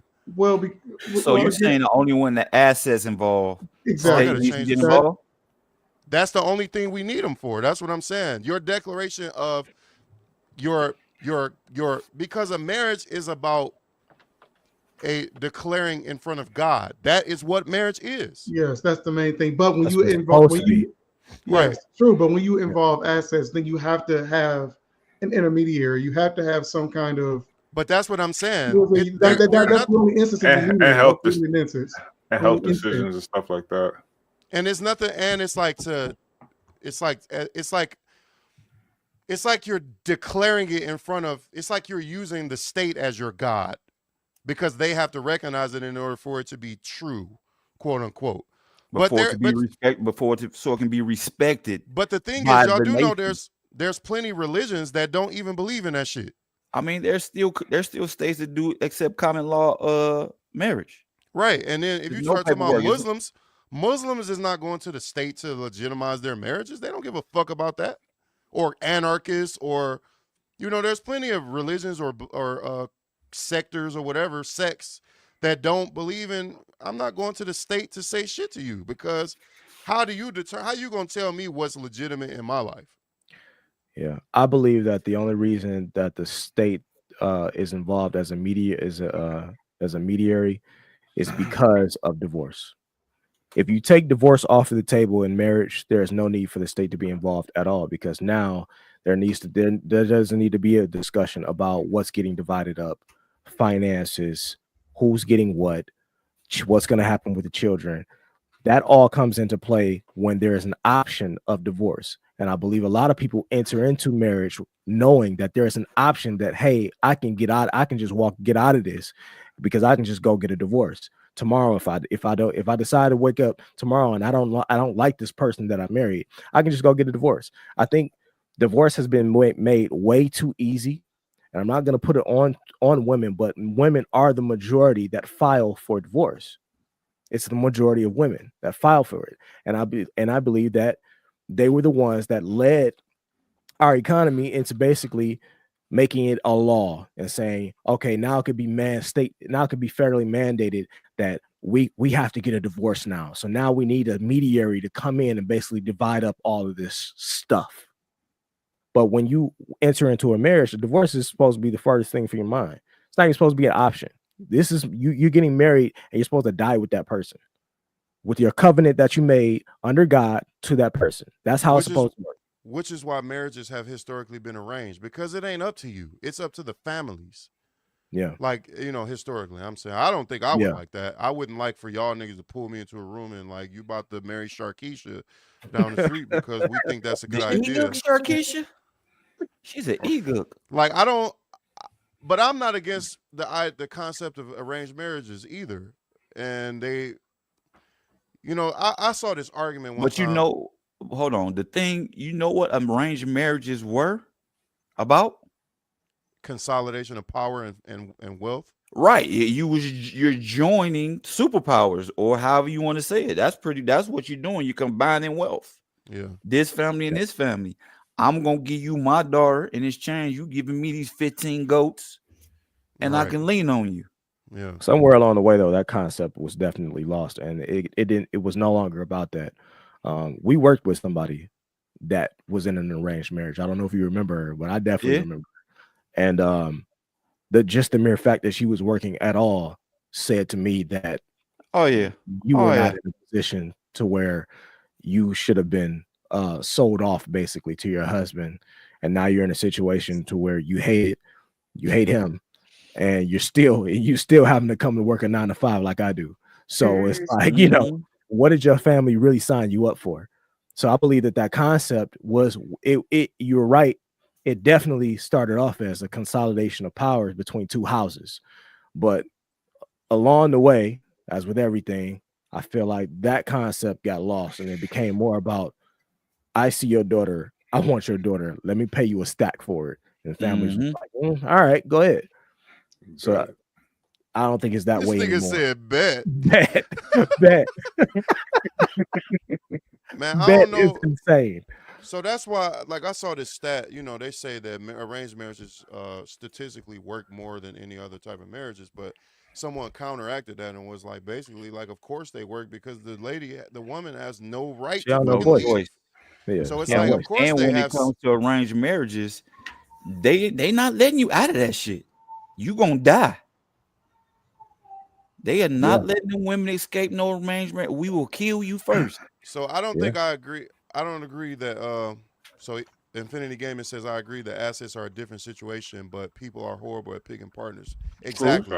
Absolutely. Dog, Infinity Gaming, me and you tapped in, I guess, because you said another point that I was literally fixing my mouth to say. I was about to say, like, I don't necessarily agree that arranged marriages to that extent, but I think the elders need to get back involved into sculpting our their kids' relationships a little bit. Like, we need to start leaning to the deferring to our parents sometimes, because mama be knowing and daddy be knowing. I ain't gonna say too much, but I've asked my father certain things, and I'm like, what you think about this? He like, hell no, don't do it. I went and did it anyway. And then X amount of years later, he like, I told you. You know what I'm saying? He didn't say it quite like that, but he basically was like, you know, like he said it with love. Like, I told you what I told you because I already knew. But if I would have just fucking listened or would I allowed him to be involved, see, but the thing is, I can only speak for the black community because that's where I'm from. The parents are almost coming from this position like, that's on you. I don't got nothing to do with it. That's your boyfriend. That's your girlfriend. And it's like they've removed themselves from being involved. But we need to get back to that, especially with fathers and their daughters. Yeah, but that's what happens when you come in and you hear a lot of people say today, we are not our ancestors, we are not our grandfather. Yeah, I know y'all not, because y'all have half the fucking wisdom that they did, and you have none of the other characteristics that allow them to be in long-lasting relationships. Y'all fly by night in relationships. If the wind blows a certain way, you out the next day. And that's the culture that we have fostered now, to where everybody thinks that, oh, something happened. We came up on a hardship. I don't want to be here no more. So you just get up and leave tomorrow. Like you said, they always thinking they're not going into that with the mindset of this is a marriage, this is a marathon. Yeah, they going into it where there's always divorce. Yeah, as an option. where there's option, and when you go into it with that on the table, thinking that I can just leave, you already failed. You've already set your marriage up for failure. It is Everything done. is expendable, and that's what I was going to say. One of the topics I was going to present today, but I kind of chose not to, but I guess I am anyway, is that I was going to ask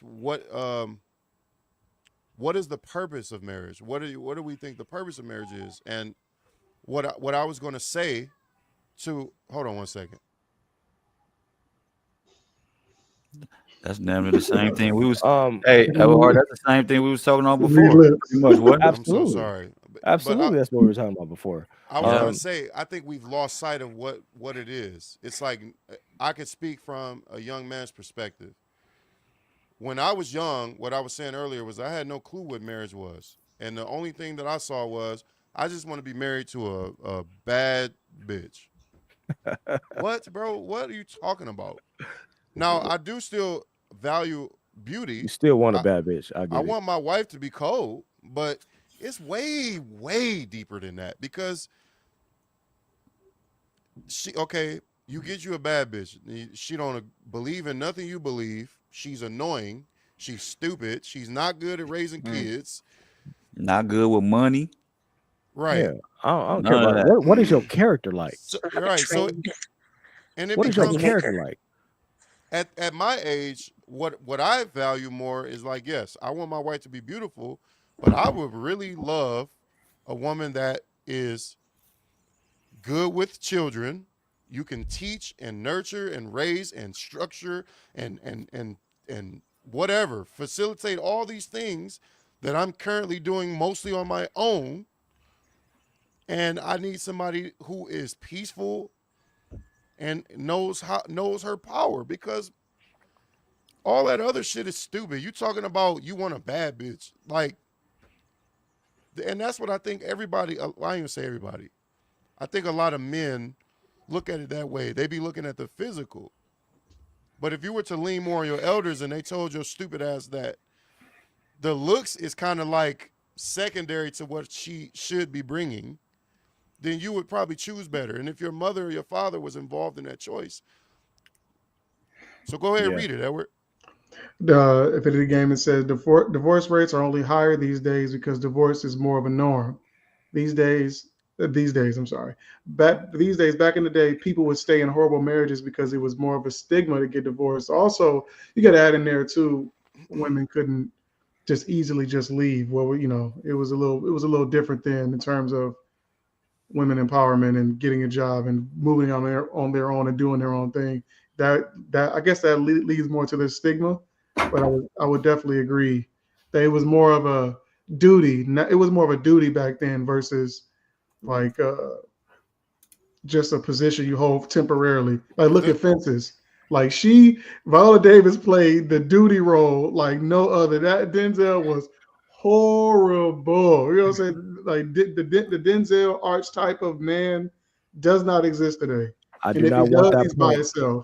I do not want that point that you just made to get lost, Marriage is a duty. I need everybody to understand that.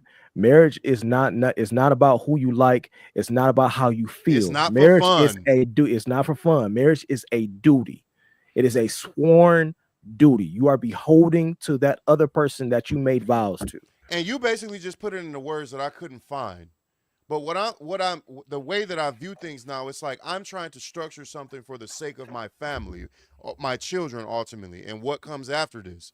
I might have another daughter or son. I might have, I'm gonna have grandkids, and even that falls under the structure of what me and my wife would build.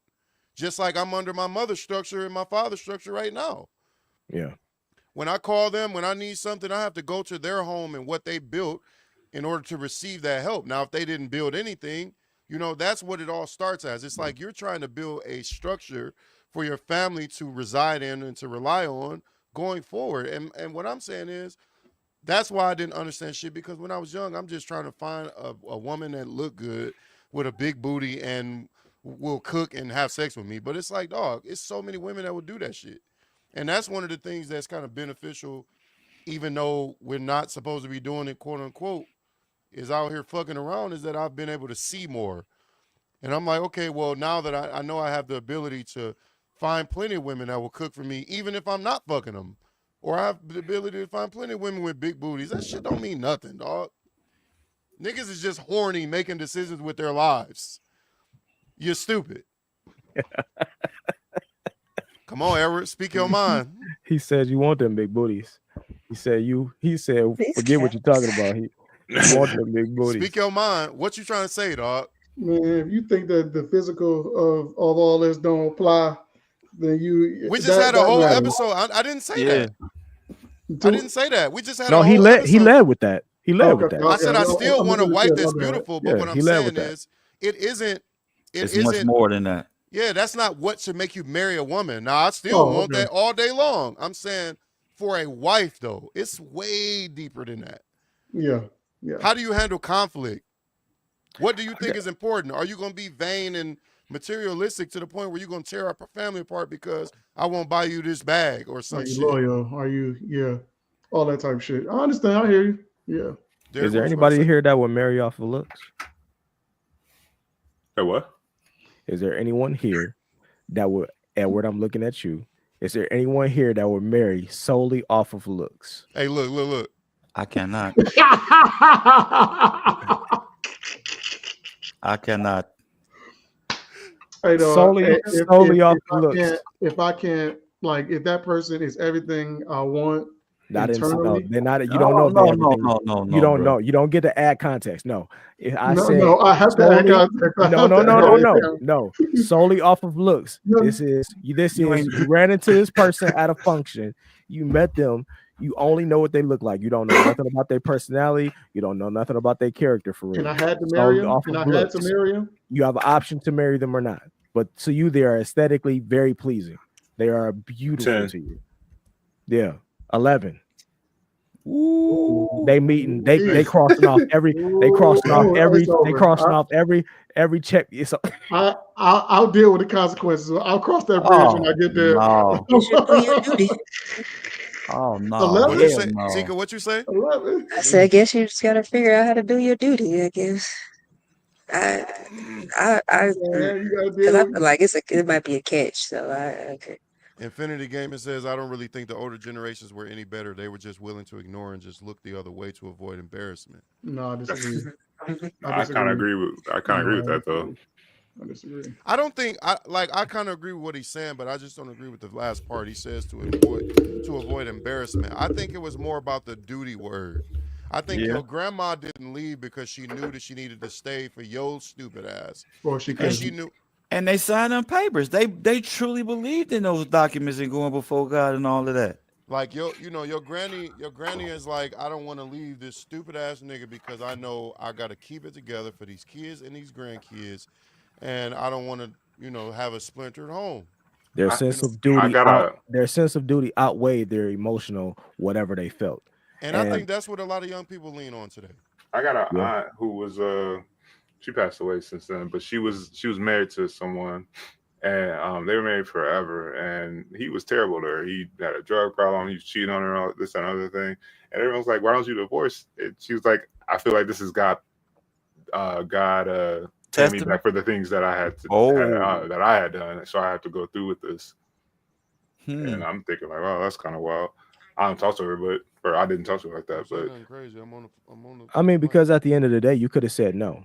You know, there's always an option for you to say no to the person that you are standing across from. They ask you there, they give you one last chance to say no and walk away.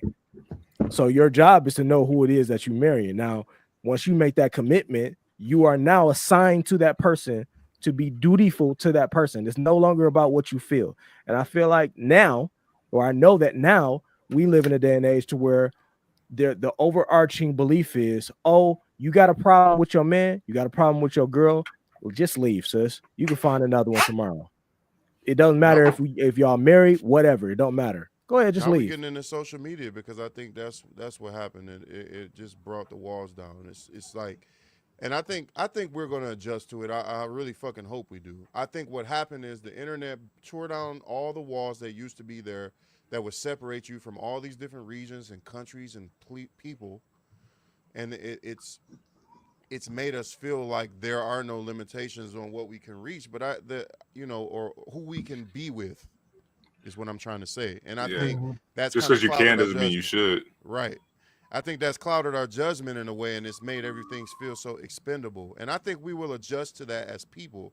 I think eventually we will get to the point where maybe, I hope we learn from these mistakes that we're currently making to where we will stop looking at people so expendable. It's like, and the music. Don't forget the music is not helping this. Yes, the music is not helping at all. At all. That great point. Great point. Great point. You can't. I think the music is numero uno by a long shot. I was listening to one of those singles off of Snoop Dogg's new trash ass album, and Missionary? Huh? It's out, Missionary? No, he just put out some singles, and I was listening to I think that album is about to be so ass. But anyway, I was just thinking about his message in 92, 93, whenever he was out.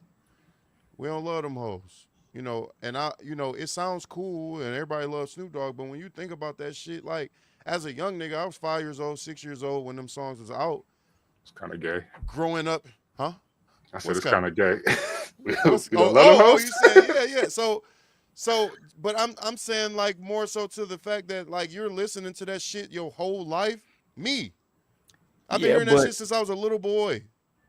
But is he saying we don't love those women, or we don't love them hoes? But as a 5-year-old, he can't make that. Right? How am I supposed to make that distinction? I mean, but I guess and as a 5-year-old is hard on you, but I think we know Snoop Dogg's story by now. The whole time he had Shantae and then ended up marrying her, and then the whole time he in the background fighting for her not to leave because she about to leave his stupid ass, and he on the song talking about we don't love them hoes, but he fighting for his life, crying about his wife. It's the same thing that Beyonce did with her music. She told y'all all the single ladies. Meanwhile, she's happily married behind the scenes. It's the same thing with other women make all these songs. All these women make all these single lady songs. They make all them for y'all to go to the club and act a fool with. Meanwhile, behind the scenes, they at home with a nigga, and you struggling to find one, and can't keep one. But is it the artist's fault? And this is kind of going to a different topic, but is it the artist? It's not. It's just they playing. You're an adult. You're supposed to have some level of discernment. You're an adult. You're supposed to have some level of discernment. So no, I don't blame the artists because they just doing what artists do. Yeah, this is entertainment, and you're supposed to have that distinction. You're supposed to understand that. But the thing about music is that it's not only being consumed by adults. In fact, I would even argue that it's probably being mostly consumed by children. Yeah, that's true. Yeah, and children is not able to make the distinction. I understand adults should not be falling for the shit that they fall for. Like me and Edward, at some point we talked about the things that Lotto, Glorilla, all these new rappers are saying, and it's like the women is going for it. Yes, they are. They like, hell yeah, I don't need no nigga. They leaving captions and 7 p.m. Friday. Mm-hmm. 95 degrees. What are you talking I ain't about? got no, you know what I'm saying? Yep. Like they are promoting not having to need the other gender every single time. I need women. I don't give a fuck what these hoes is talking about. I need them and I love them. I'm not making no song talking about I don't love no hoes. And guess what, nigga? I make music. And I've tried to do that because it sounds so cool. I'm like, I don't believe this shit though. I can't make this It's song. not coming from your heart. It ain't coming. Nigga, I love women. I am a simp at heart. You know what I'm saying? I just had to learn how not to be no more. But no, I They don't can feel say that. all that, but winter is coming. Winter comes every year. You saying it's cuffing season? Winter is coming. No, it he comes said every single year. He said the reckoning is coming, not coming Yeah. season. A reckoning is coming for I already had one. Since we on the subject of rap, let's pivot to this last topic before we get on up out of here. Hey, you got to bring them transitions back, man. We used to them now. Yeah, Oh, you my had bad. Family Matters last time. Yes, you got to Yeah. come with a different show every time, bro. Oh no, that's too much work. But you Hey, have you did it. You did it.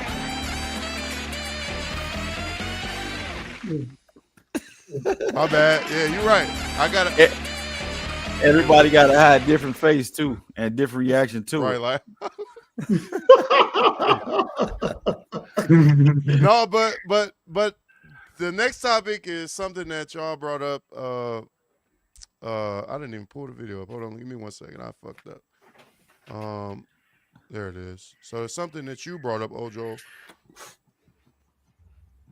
What did Omari say on Fat Joe's show? He was talking shit or what? No, he wasn't necessarily talking shit, but he was basically talking. Omari he's trying to be a rapper. He out there in this music industry trying to, which we've heard your raps. I think the world would be okay if we never heard hear an Omari Hardwick verse ever. Man, when you were just a certain age, you got to get that shit up.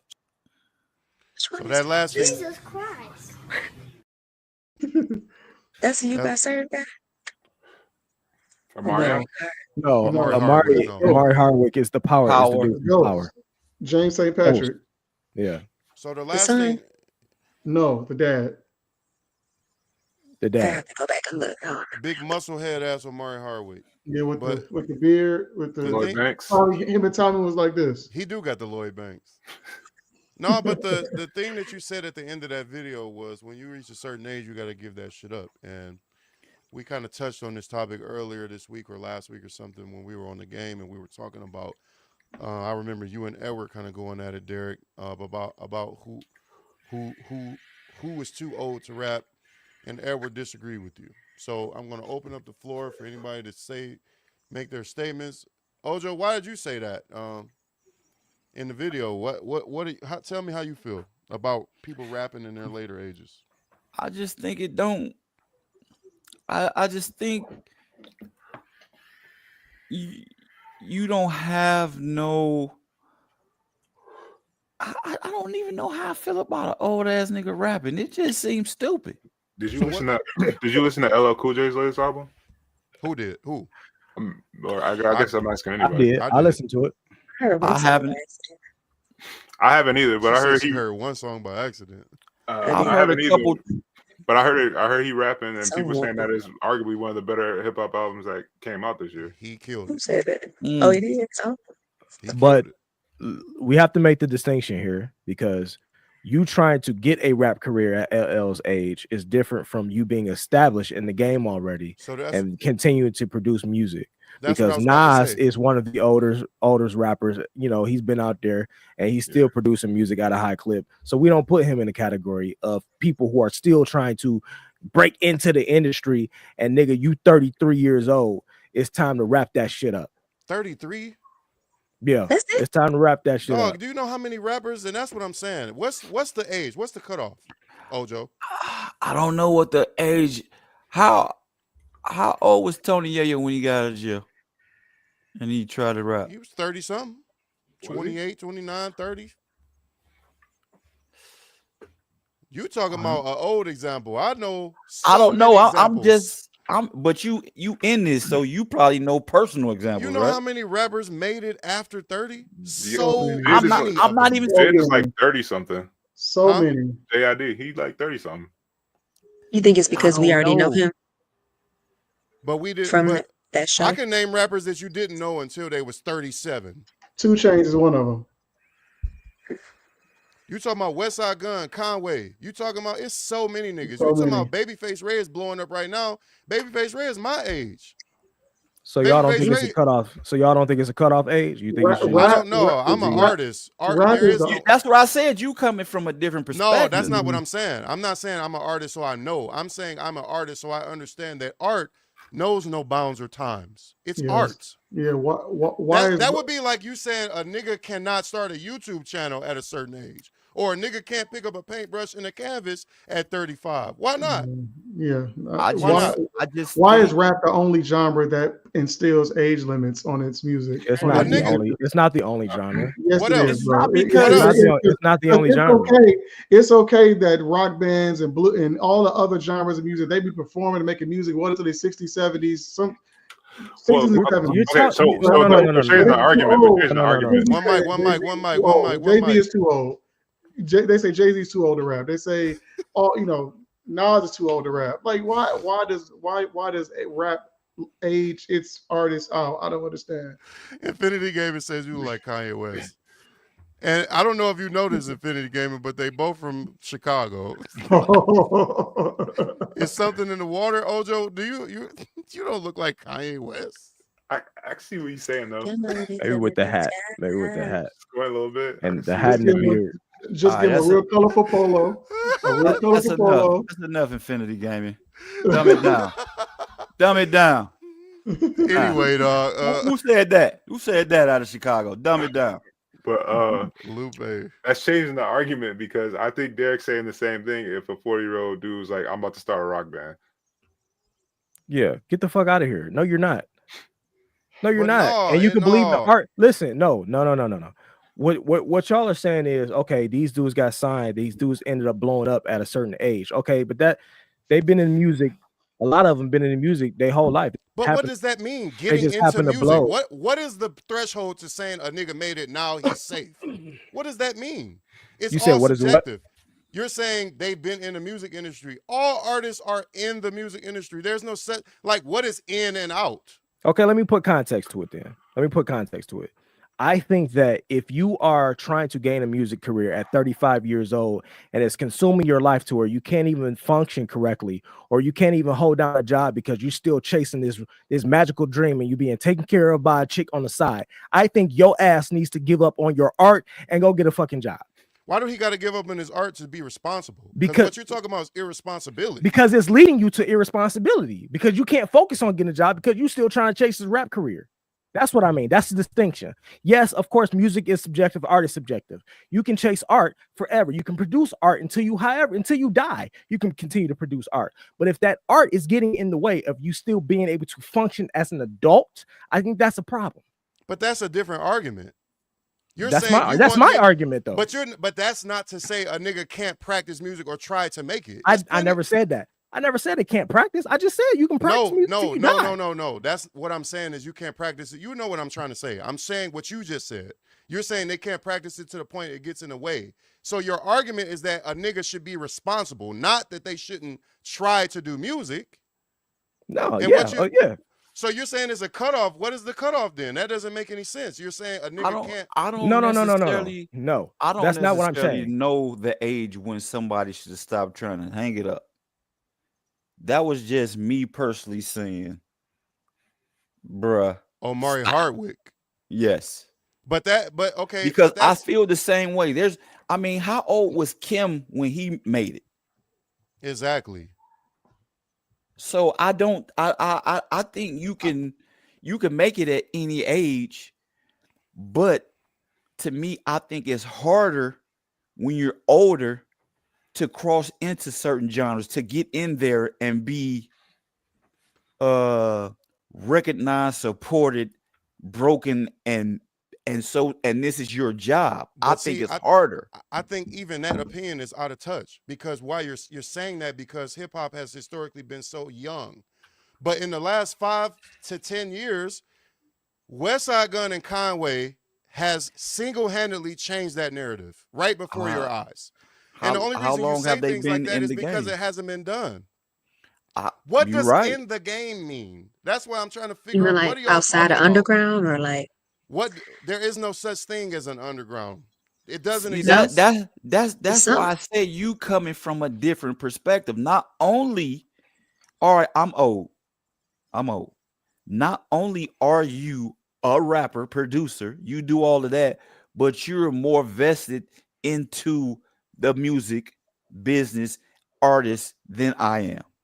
That's just me speaking about one person. So it was this movie. It was this movie. It might have been Deliverance from Eva when she was talking about if she see another nigga that's 40 years old sagging and wearing a throwback jersey, she would kill herself or some shit. It's almost along those same lines to me.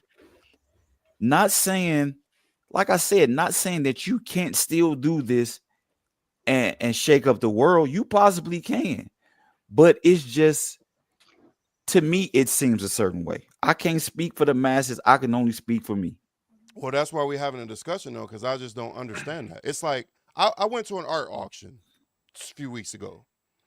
There was artists in there that ranged all the way from probably their teens or early 20s to their 50s or 60s. So should we take all the people that's in their 50s and 60s and tell them you too old to be trying to be a painter? Just go work. How? How do you tell art? You're literally saying the opposite of what art is. Hey, let me give Art you a is. hug. Come on, let me give you a hug. I'm sorry. I don't need no hug. You need a hug, nigga. I'm sorry I I feel like said if somebody that. gonna listen to you, do your thing. If But yeah. I definitely if touched it's on a something you touchy love, subject. you're not necessarily doing it for people. You could just be doing it for yourself. Mm-hmm. It's plenty of people that Fela Kuti is a Nigerian, I guess, jazz artist or whatever his genre was. Fela Kuti was old than a motherfucker. Are you talking about Gil Scott Heron, old than a motherfucker, making these hits that people know him for now? He was in his 50s and shit making them songs. Or 40s, and it's like, so what? How are you putting an age on saying a nigga can't express himself or try to be heard? I've been to so many open mics, I've been to so many performances, so many curated shows, and some of the artists be there old as hell, and sometimes they be cold. Super MC is one of them. It's so many niggas, dog. It's too many niggas to name. I think. My bad. Sorry. No, go ahead. No, I think the issue I think Derek and Ojo are having is that it has to come with a caveat of being successful and be able to feed yourself off of it because they're so focused on that aspect of it. Like I got stories that can go against that too. Yeah, that's not what I'm saying. That's not what I'm saying at all. It's part of it because you don't see a future. I mean, yeah, it is part of it. It is part of it. If there's no future in it, you feel like it's not worth the effort. You can practice whatever you want to do on your own time. You can do whatever you want to do. You can express yourself till you die. But we all know niggas, just like y'all naming Westside Gunn, all of these are top of the top niggas that ended up making it. For every Westside Gunn, hold on. For every Westside Gunn, there's also 500 people that did not make it, that did not go nowhere, and they chased this dream. It's not so what, because you chased this dream so far and you never made. Hold on, I'm talking about the people that sacrifice. You know how many times people don't make it than do make it. Let me finish my point. Let me finish my point. Mm-hmm. My point is there are also people that feel like this person gave up this. They sacrificed so much. I was there with this person trying to sacrifice. They sacrificed family, the time. They sacrificed all these other things in order to chase this career that didn't pan out. So what do you say for that? So it's just everything. Oh well, it's just yes, it can. Yeah. We just happen to be talking about rap. No, but what I'm saying is we don't have to talk about rap because every choice you make cuts off another one. Every time. Okay, that doesn't mean you're sacrificing. That doesn't mean that you have to sacrifice anything for that though. You don't have to. If I wanted to go to school tomorrow, doesn't mean I have to sacrifice my family. Every choice you make is a sacrifice. Every choice you make is a sacrifice. Okay. Because until you figure out how to be in two places at once, every choice you make stops you from doing something else. Yes, that's a game of life. Me going to work is a sacrifice. Exactly my point. So if a nigga say, I love rap. But it's also necessary for me to go to work because I understand that I have to provide. But they tell niggas that's 18. Two different things. They tell niggas that's 18 that it's irresponsible for them to put their all into rap because they should be working for IBM or they should be in college. So I don't when do agree you with stop that. telling niggas? I don't agree with that, but I also think that you should have a backup plan. So I my think point that you is, should have multiple plans. At what age do you start agreeing with it then? When is it okay to tell a nigga you can't go after what you want? What age is that? So you think a nigga that's 89 should still be trying to rap? If a nigga feels going like to the extreme now, but we got to put it. He asked the question. We got to put an age limit on it. I asked you what's the age limit. I said 89. Is that not an age that you think the nigga should be still rapping? No, I said limit. What's the limit? I don't know. I don't know what the limit is. I'm saying, so are you saying when you're 29 on your 30th birthday, the day before your 30th birthday, it's cool, and then as soon as you turn 30, it's time for you to stop doing music? Yep. Do you feel the same way about R&B singers? That's being ridiculous. Do you feel the same way about singers? Yeah, I do. Okay. Man, I'm tired of getting these hats. You can get however many hats you want. I'm about How to you gonna tell me how I feel about it? Just because you feel a different way about that don't mean how I feel the same way you feel. The very meaning of art, the very thing that defines what art is, goes against everything y'all are saying. Art is something that doesn't matter who you are, what you are, where you live. None of that shit matters. Art is something you will always be able to practice. I understand. Nobody is saying you can't practice it. That's not. You keep bringing that point up. Nobody is saying you can't practice it. But we're talking about two different things, though. You're saying going from practice to making it a lifestyle to where now this overlaps everything, over envelopes everything else. That's not practice at that. What I'm trying to get across to you is that there is no distinction, damn near, between the two. You're always trying to be. I don't disagree because you're always trying to be seen when you're an artist and you're outside. There's plenty of people who make music and they're outside. Like I just was saying, I was at an art auction. There's people there in their 50s and 60s. Do I have to tell them they can no longer go to Michael's and get canvases and paint because they's 50 and 60? They in that motherfucker trying to be seen just like a nigga that's 18 is. So why do he got to stop? What your argument is that niggas should stop being irresponsible.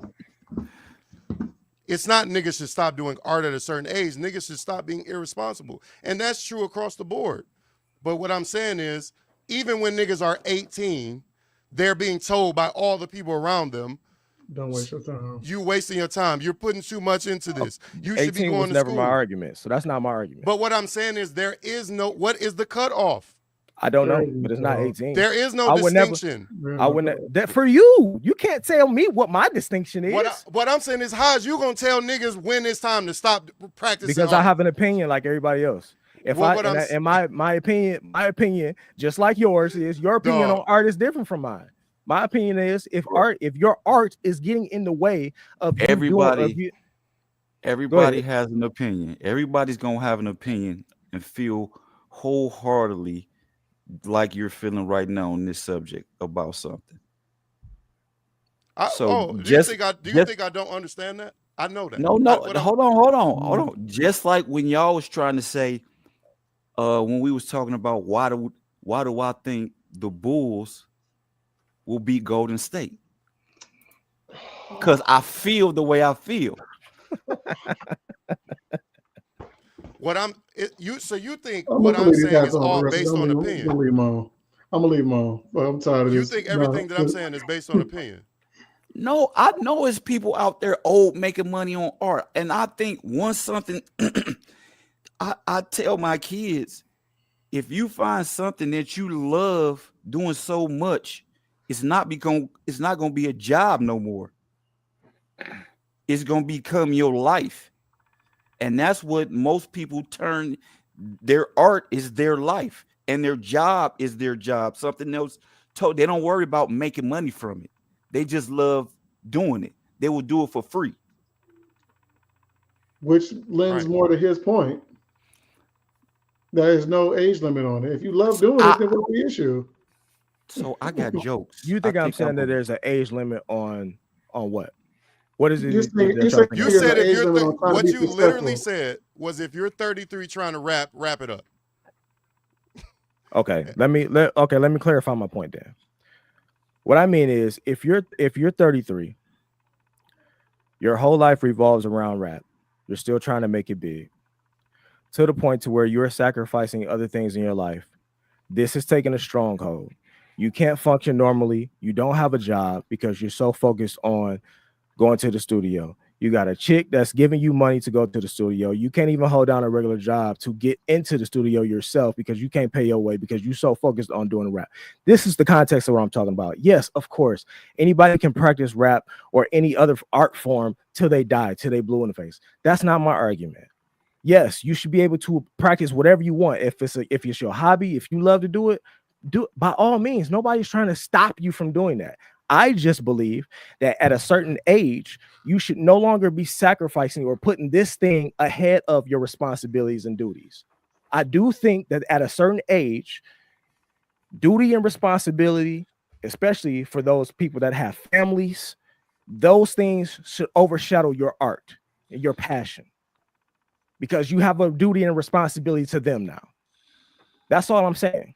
I'm not saying nobody should stop. You should just stop doing art. You should just stop. You should give up on your dream. No, what I'm saying is if your dream at a certain age and you got a full-fledged family, because a lot of people that are trying to rap have full families out here, full kids that they ignore just trying to get on to this rap thing. Can we agree to that? I work with a lot of people that already are doing exactly what you're saying, brother. All right, so that's what I'm saying. So those are the people that I'm talking about, though. I'm not saying you shouldn't be able to practice your art and you shouldn't be able to do art at a certain age. But what I'm saying is that even what you're saying is subjective. Because everything is subjective. You're saying no, everything ain't subjective. And it's situational. It is. No, there are plenty of things that are objective. This is one of those things that isn't. This is subjective. Because I just interviewed an artist that I asked him, I said, how does it feel to be married with 2 kids on the road chasing this art? He's 29. He said, I said, do you feel guilty? He said, I do feel guilty. But he said, I would rather make the sacrifice now so that in the future they won't want for shit. So what you're telling him is to not take the risk. No, it's not what I'm telling him. What I'm telling him is I believe that if this was his passion, that he shouldn't have started a family before doing this. That's what I would say. Dog, that is ridiculous. How is that ridiculous? Because niggas have lives and they do still would like to have children. This is my opinion, though. I'm not saying what you gotta do. I mean, I understand it's your opinion. Why do y'all keep saying that like y'all have opinions and I can't say anything about it? No, because you're saying this. You're not respecting he his gotta do opinion. this. Exactly. We're on the show to talk about the opinions. I'm just telling you my counterpoint. But no, what you just said was that doesn't make any sense. That's crazy. What? How you gonna tell me? It don't make sense to me. So what you did was state your opinion, and now here in comes mine. That's it. I'm not wrong for saying that. Just relax. I am relaxed. What you talking about, brother? I'm relaxed. I'm good. Y'all saying I'm not respecting his opinion. We're on the show to talk about our opinions, because correct? You just said that's ridiculous. Right, because I don't agree with your opinion. This is how the show is supposed to go. Okay, I don't agree with yours. That's cool. That's why we're talking. What I'm saying is, y'all keep saying he has an opinion. Like, what am I supposed to stop the show now because he got an opinion? We're talking. One person said that. So we talking. I'm respecting his opinion. I just don't agree. So what I'm saying is, you're telling him because he's 29 and he had 2 children within the last 3 years that he has to give up, or he has to. So can I say something? Did I say that? When did I? Hold on. You literally said Hold on, Ojo, because he just asked me a question. Go ahead, say your question. You literally just said, you should prioritize the family and make the rap shit and under, a back burner thing. Yeah. And what I'm saying is, you're telling this artist who is living an artist life that he should stop. I mean, what do you think about niggas saying you should stop doing YouTube because you have kids? What's the difference in that?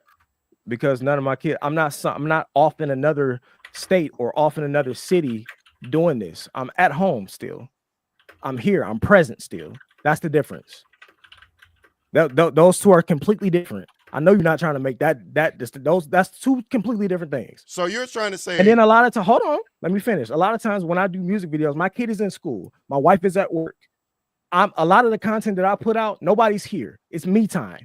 I have time to do it. That's completely different than me taking on a whole different, or me chasing a dream and then ending up somewhere out of the city. Now I'm sacrificing time away from my kids. I'm sacrificing time away from my mom.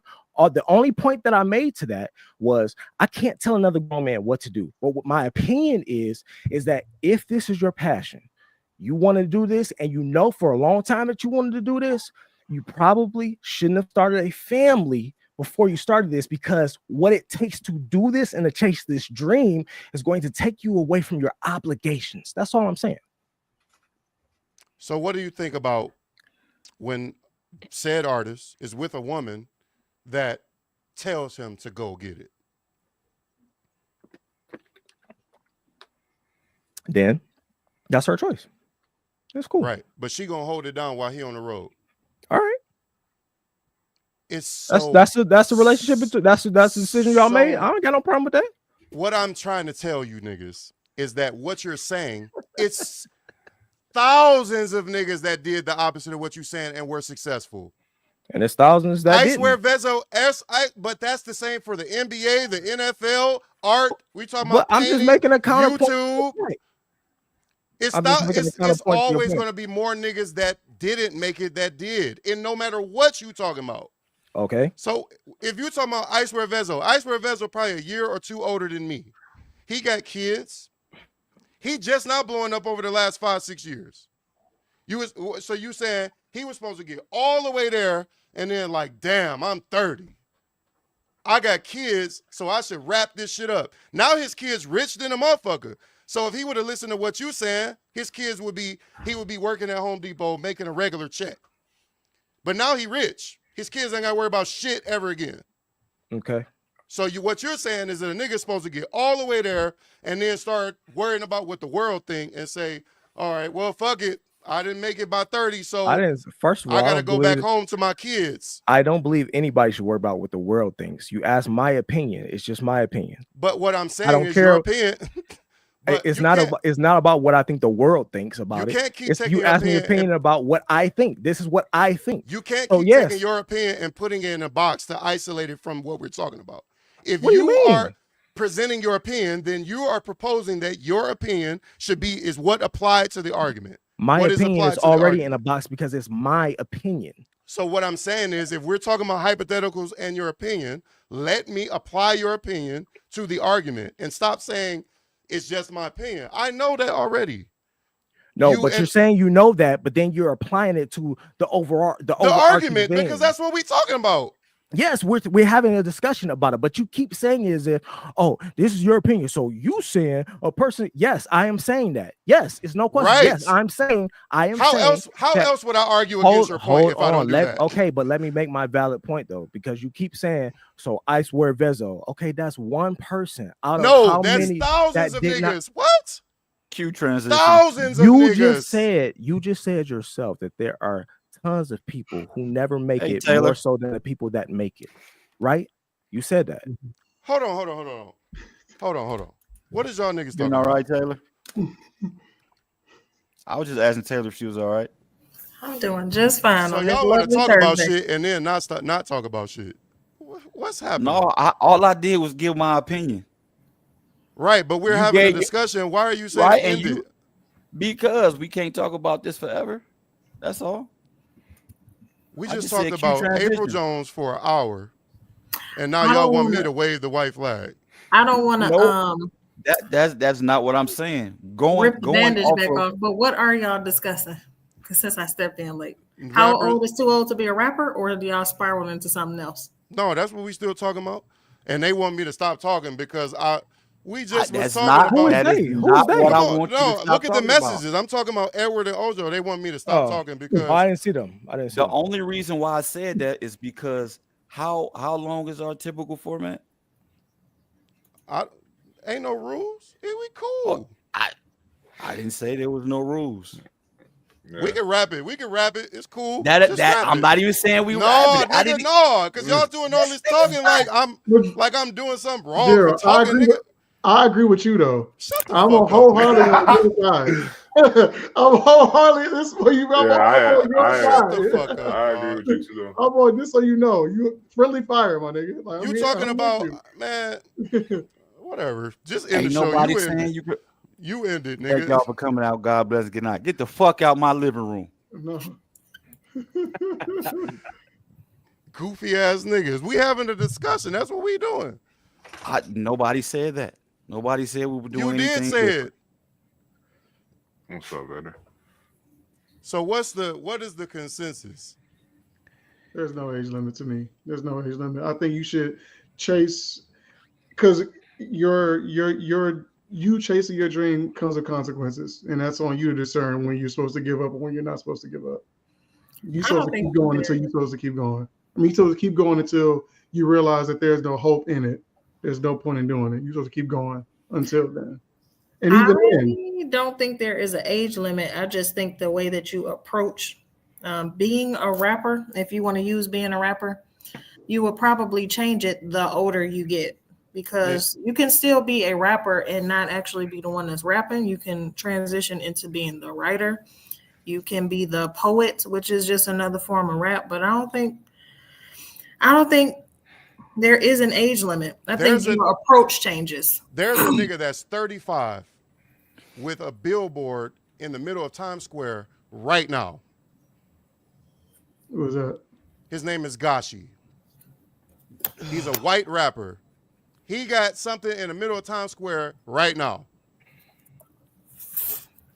So what I'm saying is, it's easy for niggas on the outside to look at a nigga that's chasing art. Brandon is not a rapper, but Brandon does video. So what is a nigga supposed to be like? You can't do animation or you can't do a vlog because your ass is 37, 6. He stopped doing that vlog, nigga. You waited too late. Or it's cool because he ain't got no kids. That's what I'm saying. And then why is y'all telling me to wrap it up? I just don't. I can't wrap my mind around that. Like, how old is Snoop? We on the How old show, is ain't we Snoop supposed to Dogg? be talking? Snoop Dogg is 50-something. I'm a drunk uncle. Niggas got on the show to agree with each other and not talk. So kids are supposed to hinder that. Like, so I think Derek, you said that you got kids at home. You don't need to be rapping or nothing like that. Well, then should LeBron have kept playing basketball? That's not what I said. Okay, all right, I misunderstood you now. What if y'all change it to singer though? Does that change the whole perspective? Brandon brought that up too. He said the same. Yeah, I don't think it does either. I think singers have more longevity than rappers do. Yeah, They can sing until 80, still 70. Like, well, it ain't gonna sound as good, but they can sing forever. So see, and you keep bringing it back, Ojo, to me being an artist. So you think that's what this is about? No, I don't know that is not all what I said was about. I said because you have more knowledge about. You're more into rap now. You're into. I'm probably done with rap damn near. That's what I meant by that. So what I said. I said I'm old though, right? And what did you say? Yeah, you thinking of how it used to be back in the day, right? Right. Okay. Because I think it's changed. And that's the same argument that Edward said, was that the Eagles and all of them niggas is performing. They all 72, 68 on stage, on tour, making millions of dollars on tour, right? I know. So what I'm saying, I ain't finished yet. I'm not butting up against you. What I'm saying is, what is happening is that rap is young, and rap is getting to a place where we're just now starting to see those things. So the stance that you have will only disappear with time, because the older this shit gets, the older the people doing it will get. There's this rapper from India or something. This nigga is 50-something, just now getting out there, and he cold.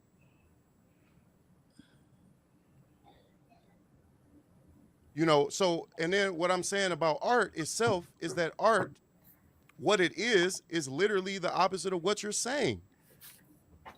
Art isn't art unless everyone can practice it, my guy. It's not about an opinion. It's not subjective. If it's not being practiced by all, then it isn't art. It's a secret society. That's what it is. If you gatekeep it and say only these people can do it, up to this age, only black people, it isn't art. It's a secret society. It's something else. I'm with you, bro. I'm with you. I We can hear rap what you're about saying. it. I don't know what the I'm in fuck is lockstep. going on, but I'm in lockstep with y'all you. niggas mad at me because I got a different opinion, and because we supposed to Nobody keep is the subject mad. under 15 Nobody is mad. minutes. Man, fuck out of here. No. Then this nigga Oh want to my agree with God. me after the fact. You just left me out there by myself all this fucking time. Who you talking about? Who the fuck you talking goofy about? ass nigga. Man, what you mean? God, You left me out there by myself. Then you come My out God. like, oh, I think I agree too, nigga. What's the consensus here? Man, you need some. That nobody agrees Yeah. with you niggas, but y'all two. You're going through menopause. Thank You said nobody. Thanks, You everybody. said nobody. I don't think Ojo agrees with me. Thanks for Ojo coming out. definitely God bless agrees you. with Good you. night. No, feel like- no. I don't think feel Ojo like agrees with me. My point. I think my point went over your head. I think that's what I think. Because you're still making a point that art can be expressed by anybody at any age. I'm not arguing. That's not my point. I'm not arguing. No, I'm not talking about just the expression though, because the reason I brought up Icewear Vezo is because Vezo is on the road. I know niggas in his camp. Vezo Okay. has children. Vezo be outside. He is not at home with his kids. His wife is. So if what you're saying is a nigga's supposed to wrap it up and go home to his kids, Vezo would not have provided this life that he did for his children because he True. would have gave up. True. His kids is rich. Babyface Red is the same. Okay. GT, Peasy. I can name a bunch of niggas from this city that's all in their 30s with kids, and they all just now getting on because Detroit wasn't getting on until recently. All of them niggas got kids and baby mamas and shit, and they all was outside getting that money. Do you know trash ass rappers? I know hundreds of them. Okay. But So what I'm saying, my point is you name Vezo. Okay. So would you say that Vezo is a cut above the rest? Vezo was trash. Go back and look at a Vezo video from 2012. He was ass. So you're saying he got better over He time? got way better because he stayed in it. So Vezo was terrible. Do you think everyone has that ability? Yes, that's what art is. And that's how humans Just are. because The you more hold practice, on. the But more just because you you're practice better. art doesn't mean that you can attain to the level of somebody else. I'm just asking, do you think everybody has the ability to basically ascend to where he has just because they chase it for X amount of years? If they reach where he reached, you know the difference is that he has an infrastructure, he has funding, and he has a community to pull his ability from. Steel sharp as steel. So if you say What if you don't have any of that? But you go the chase is to get to that. That's what niggas is looking for. Okay, it's people that chase that and never get it too. So I'm saying, what if you chase that? You look up, I don't know, let's say you 49 years old. You've been chasing this. You still haven't acquired the funding to support your dream. You still haven't acquired the, I guess, the backing, whether it's people, whether it's a clique, whether it's whatever. You still haven't acquired any of that. Well, he needs to I quit. think that's a different argument. How long is too long to be chasing the dream, or how long is too old to start your dream? Like, them sound like two different arguments, though. Like, if you've been chasing that dream to be a rapper for however many years, you like, hey, that's I not think working. that lands. Yeah, I think what you're saying. I think what you're saying lands to what Ojo was saying earlier about being technically in the game. I think what he meant by in the game was basically like, at what age or what point did you start this journey of trying to attain this, whatever it was, success in, rap or whatever it was that you're chasing. I think that's what he meant by in the game.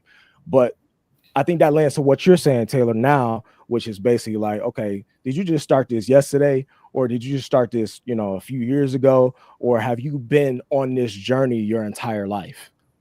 Edward, you just said something though. You just said what? You said it's time to give it up.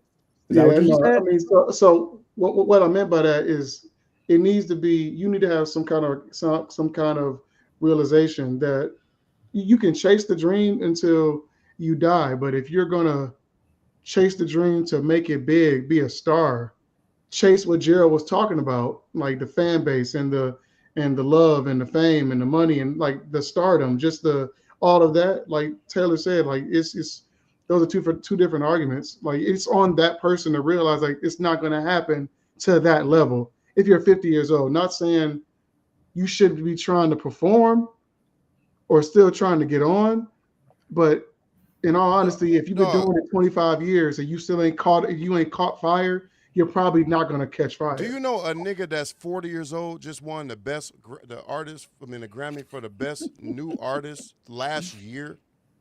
Who Jelly Roll, whatever his name is. Jelly Bean, Jelly Roll. Mm-hmm. The nigga 40. He just won the Grammy for the best new artist. What is y'all talking about? See, I didn't know that, but I mean, I'm just thinking. I think you're naming the exception and not the rule. But it's all exceptions. Everyone that makes it an exception. I'm watching the NBA right now on my laptop. Everybody that's not in this fucking stadium is the outliers, or these are the outliers, and all of them niggas is the majority. The same is true for everything. But the thing is, you're not going to know if you can make it until you try to make it. Do you feel? I agree with that, but do you feel the same way about the NBA players still trying to make it at a certain age? Yeah. Yes, but no, I don't feel the same way because that depends on your physicality. Yeah, and things out of your control. That's a finite thing, but music is not. Music is not bound by anything, unless you ain't got no voice. We say like it's DOC. a finite thing. We say it's a finite thing, but look at LeBron. LeBron is still performing at. Well, how old is LeBron right now? Right, but that's after him conditioning his body since he was 8 years old. Okay, other people can condition their body as well. And he's not starting 6'9". If you think my fat ass can get up from this table right now and be LeBron James, you haven't been practicing. That's what I just said. You haven't been doing basketball. Yeah, but Derek, it's easier for him to be Jay-Z than it is for him to be LeBron. Exactly. That's the difference. That's the difference. I would agree with that. Music is not bound to your body. It's not, unless you, like I said, unless you're DOC and your throat runs into a tree and you can't rap anymore. Or your voice is trash. I was saying, yeah, you can definitely age out of your voice now. You can definitely age out. Singers do that all the time. You don't sound the same. You cannot perform at the clip that you was performing at. Your body can definitely age out of music as well. I'm not talking about R&B at all. That's not my realm. And they brought that up. So they brought that up whether or not I felt the same way about R&B. My passion does not go to R&B at all. I feel that's a totally different conversation. My conversation is about rap because rap is so unique in that you could do it so many kinds of ways. Singing is singing. You either can sing or you can't. Rapping, you can rap. Matter of fact, DOC, or who was that? Somebody without a voice tried to rap. It might have been DOC. Even without a voice, you can rap.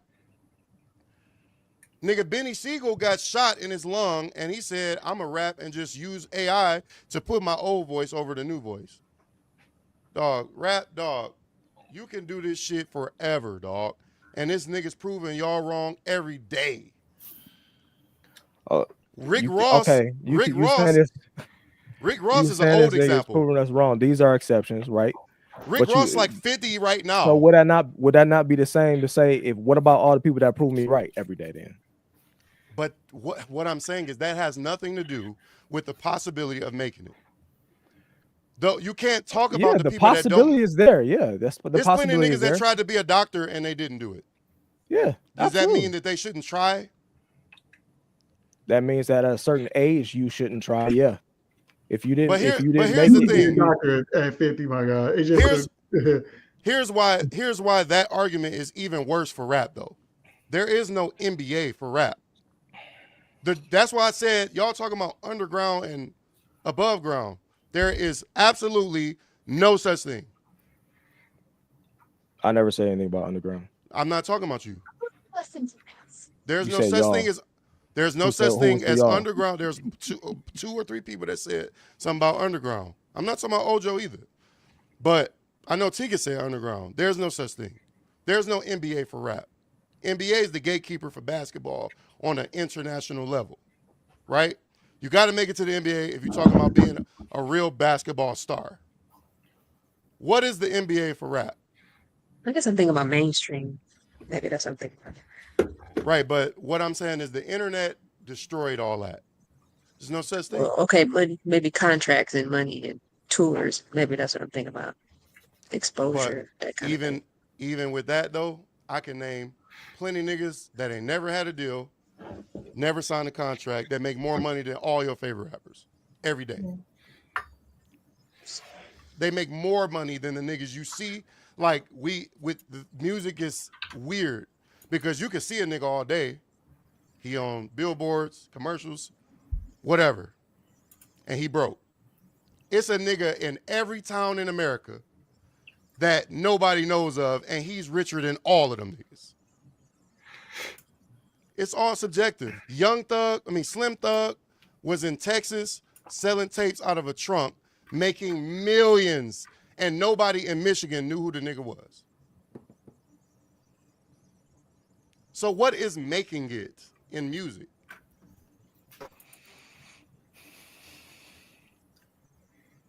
Who are you asking that to? Whoever would like to speak. What's your question?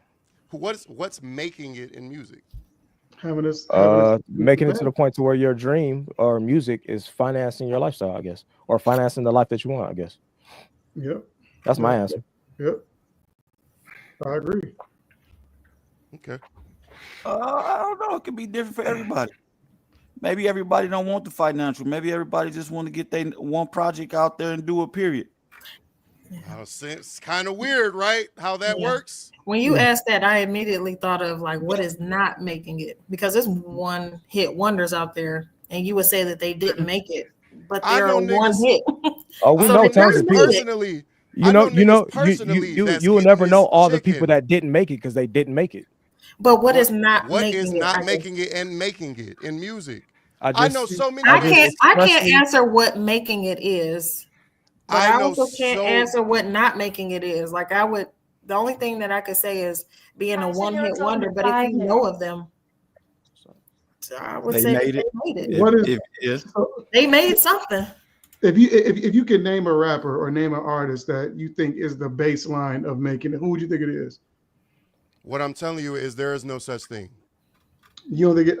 There is no what's the word? such thing. Subjective? Is it subjective? Yeah. Is that the word? Yeah. There is no such thing. I'm an engineer. I know so many niggas that y'all will never hear of that is getting bread.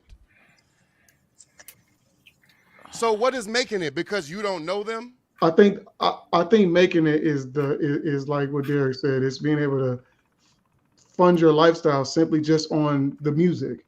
Like that's making it. Like, and so that's why I asked, what is the most famous who is the lowest on the totem pole in music and rap that we all know, which would define making it? Who do you think it is? Can you give an example of that? Because I think making it comes with the fame and being able to live off music. You know what I'm saying? Like that's what I think. See, I was just about to click the same thing. That's not. Christina goofy ass is in the comments and she said, if you have a music video, you made it. Do that at the crib. I know so many niggas that y'all will never hear of. They will never see the light of day, but niggas is making money. They're selling records. They're being paid for shows. They're selling t-shirts. What is making it and not making it? Like, that's such an antiquated term. This is not 1995. There is no gatekeepers for music. To go, like I said, for basketball, you either in the NBA or the NFL, nigga. You can't be a ball player outside this park behind me. You can't do that. Nobody gives a fuck. But currency. If you want to give an example, I think Currency made it. I think Nipsey made it. Right. I think Slim Thug made it. I think Vezo and Peasy, they made it. You know what I'm saying? Like that's what when I say like not to be disrespectful and say a lower rung, but just like they're lower on the totem pole than Drake, Kanye, J. Cole, them guys, Big Sean, Tyler, they're lower on the totem pole, right? I'm saying those guys, they made it. Like they, what was it? Who Babyface Ray? He made it. Did what's the dude name that made Concrete Connie? What's his name? Bodie. Who? Bodie James. I think he made it. Did he make it? Yeah, he made it. So that's what I'm saying as far as and like he's very niche. Not many people know who Bodie is. Yeah, so that nigga rich than a motherfucker. But that's my point. He made it. He can live off his. To me, like Derek said, let's living off your music. Like not having to do other things, just living off the music. If you can do that, even though that's not the game plan, that the further up the ladder you go, the further up the higher rungs you climb, everybody is trying to transition away from the music and do other things. But if you can make it and just live off touring and your music and selling merch to your fan base, nigga, you won. So you're saying Joe Budden never made it? Huh? Joe Budden never made it. Joe Budden made it. You think so? Joe Budden I think made so. it. I think so, but I'm saying Joe by Budden your made metric, you think Joe Budden did? Joe Budden made it. You know, he left music because he wasn't making no money. True, but I'm just saying, but he made it in terms of he made it. See now it's opening another door because he made it. I don't know how much money he made when Pump It Up came out or whatever, but Joe Budden made it. He made it as far as the respect thing. He made it in terms of the respect he got amongst his peers and who he was lyrically. He made it in that way. I don't know how much money he made. I can't really speak on that. But I think he made it because I just watched or heard a clip of something when J. Cole's manager was talking about how he was just him. Like he liked Joe Budden a lot because of his music.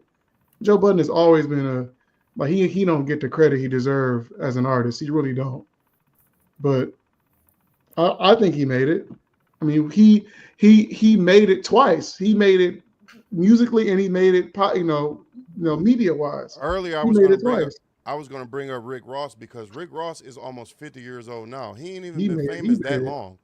Rick Ross didn't blow up until 2006, 18 years ago. Yeah, that was his first out. Yeah, the nigga was about 30 years old when we first heard of this nigga. You know what I'm saying? So he's one of the ones that like made it right at y'all cutoff. But it was about to be time for him to wrap it up because I think he got a daughter that's, I don't know. I don't know how old his daughter is, but it's so many niggas that made it late in life. And if this was 1997, I'd have said, if you ain't make it by 30, you done. Because you got to get to Def Jam, and Def Jam is not putting no $2, $3, $4, $5 million behind a nigga that's too old. Because back then, too old was 30. You had to be 18, 16 to be a rapper, especially if you just starting. Bow Wow. You had to be young than a motherfucker. Snoop Dogg was 16. But now that shit is gone, dog. All them rules is dead. The game has changed so much. Mm-hmm. It's so many niggas that have made it at 38. So many niggas that's still trying to make it at 45, and they got a following, but they didn't make it because they still broke. There's plenty of them. It's so many of them. But we can wrap it up. I hear you, bro. I don't got no friends after today. Yeah, I guess. So what you mean? I fuck with you. I ain't talking about you. I'm talking about this nigga Ojo. Like, not me. Nigga don't even drive down my block tomorrow. And that nigga, wait, that nigga right there. Away to school. I'm supposed to not. Nigga, rule. Hold on. The rules is, nigga. The rules. You better not drive down my block tomorrow. The rules is stand on hey, business, nigga. You heard what I said? You heard what I said? What? Don't tell. I'll go the other way. I'm gonna go down the other street anyway, because your street fucked up.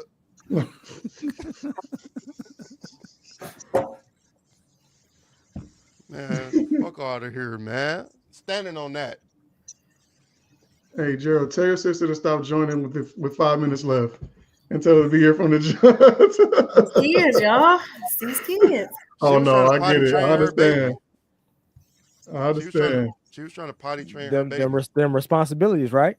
Oh my God, Taylor, you Them, want to them, rap? them obligations, right? Let's prove this nigga Yeah, wrong, dog. yeah. Let's prove this Them nigga wrong, dog. responsibilities, right? Come to the studio Crazy. tomorrow. I got you. We're gonna get the hottest Crazy. beats. Do you remember how we even got talking about him? Talking about who? Omari Hardwick. We was talking about his contract with Power. Him today or y'all last podcast? No, this Previous last podcast. Yeah. I think y'all was talking about what he was making, but how y'all don't really know him, and he made it because he was on Power. Yeah, we was talking about he was trying to get a rap career though, at his age. And 50 was loaning that's how him we got money, onto this. and he was Yeah. broke. Yep. So what I said in that podcast was that I think Omari should hang it up, but not because of his age. I said, you ass. And I said, you are a better actor. So stop wasting your time rapping when you could be acting because you acting. But even then, I was saying it flippantly. I'm being funny. I'm an artist. Y'all niggas have to understand that I wholeheartedly understand. I'm passionate about the art, but what I feel, I have a whole philosophy in this head about art. I don't believe there's a world in which you could tell, even as much as we joke about all of these niggas from the JSRs to whoever the fuck, the way that I really feel inside without the jokes is that you can't tell a nigga not to do art of any kind. Because even if you ask, I've seen niggas that I thought was trash at painting, at photography, and they be having more of a following than my stupid ass. So it's like, damn. Jokes, huh? Huh? I ain't say you couldn't have jokes. But your joke, you telling me to turn the show off. What the fuck? Turn the show off because Y'all I real disagree touchy. with your... Y'all touchy That's tonight. what I'm saying. Who the All touchy one? If y'all. you... This nigga You. told... Right. Going on? No, you, nigga. You talking about turn the show off because I disagree with your ass. What? I'm talking about turn the show off because it was over. What's over? 2 hours? Just answer the question. The conversation was over. You made your point. Y'all was going back and forth about the same thing, and no ground was given. We gained ground, though, and so you're wrong. All right. Hey, bro, come on now, dog. Come on, man. How old is Boosie? Boosie older than a motherfucker. 50. Boosie old as 50. hell. The Same irony. age as Omari Hardwick. Looking 50. when I read this question, I instantly thought of Snoop and somebody that's not even a rapper for real. Lil Duval. He made that one song. Ain't he a comedian? Mm-hmm. And he was like 45 when he made that he's a bitch. comedian. Just being funny. And he got a hit. Man, fuck Nobody outta here. nobody considers him an artist though. He is. He has literally another hit. He has like 2 more hits. Nobody Me and Brazil considers just seen him in concert and he rapped on stage. He performed. You He's saying an you don't artist. consider him a rap How do you artist? not consider somebody that does art an artist? I don't consider Oh, him. now we got a new argument. Time to extend I the don't show. consider him a no. When I say nobody considers him an I'll artist, be right back, y'all. I gotta feed my baby. oh my God, save it. That's all right. We can pin it for the next time. It's cool. Tika, come back right quick. Cause he not full time. She done left. Goddamn. I'm so mad, dog. I'm so mad. It's too late. Child services at my door. God damn it. I'm Oh, so damn. mad I right now. almost accidentally banned her. My bad. Can y'all see this? No. What the hell? You can't see that. What the hell? is Yeah. Oh, that? you in the car? Oh, okay. I got you. No, I'm not in the car. No, I was we're in not the talking about library. you, Goofy. Oh, it's on. They kicked you out. Yeah, I was in the library. They closed at 9. Oh, I thought you said they kicked 'Cause you I out was because of gonna us. stop I was time. about to say, damn. Oh no. Racist. All right, man. We can wrap it up. We're going to talk some more about this shit. You said we pinning what? Lil Duval, whether or not he an artist? Yeah. Somebody remember that for next time. Oh my God. I shouldn't have said. Man, this is what the show is about. Y'all niggas thought we was supposed to get on here and spin kumbaya. I was hoping y'all was still gonna be on here. I love on y'all I was niggas gonna go till about midnight. I love on y'all niggas every other day. Today, fuck that, nigga. I love you niggas every other day of the week. We on this shit to talk. Let's talk. Rule number 6. Oh, I'm sorry. Rule number 5. Nigga. See you later. Love you. And this too. So y'all better be my friends or else. No, nigga, I'm sensitive. Don't drive down my motherfucking block. I'm sensitive too, motherfucker. But we talking. You know what I'm saying? This is what it is. This view in her car look crazy. All right, y'all. This look like a scene out of a movie. I appreciate everybody. Like we a hostage. Hey, what's the gaming dude name? What's his handle? Infinity Gamer. Infinity Gaming, bro. Appreciate you for chiming in so much. He might still be here. I don't even Absolutely do. Appreciate you for dropping in. No, he left early. Oh no, he did leave. You're right. He did leave. All right. We gonna all the time. Come with that shit. This is how I feel. Keep him, bro. Anthony Edwards. Like that. I picked Anthony Edwards to score over 26.5. Guess how much he have right now? 24. 26. Ooh, how much time left in the game? It just went final. Oh. Yeah, that's what be happening in your parlays. Yeah. The sting. It hurts, don't it? It hurts. It hurts. But fuck y'all though. Anthony Edwards. Except Ojo. There's nothing but a little, My I true would love brother. to have $100, but whatever. You said $100. Damn. I didn't bet 100. I only bet 20. You bet 100? Oh, okay. All right. Chris Paul under 12.5. That's easy. K over 23.5. He had 27. I just need Anthony Edwards to do his job and get 27. So they scored 26. 5 times your betting price is a good output though. It was. Yeah. But you just lost a dub, nigga. I'm so mad. I'm so mad right now. I'm sorry, brother. Could have put that in Bitcoin, goofy ass. Taylor? All right. Yeah, that's you know how many shares of Spirit you could have had with that, bro?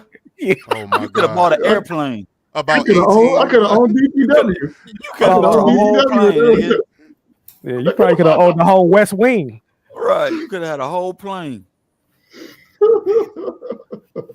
All right, y'all. We all let's appreciate y'all. We'll be back next week. I think. Nigga. I don't know. Maybe not. Next Maybe week? not. Hey, Maybe not. we might gonna not be be there, back. Everhard? Everhard, I'm with you. The gods are watching. It's now worth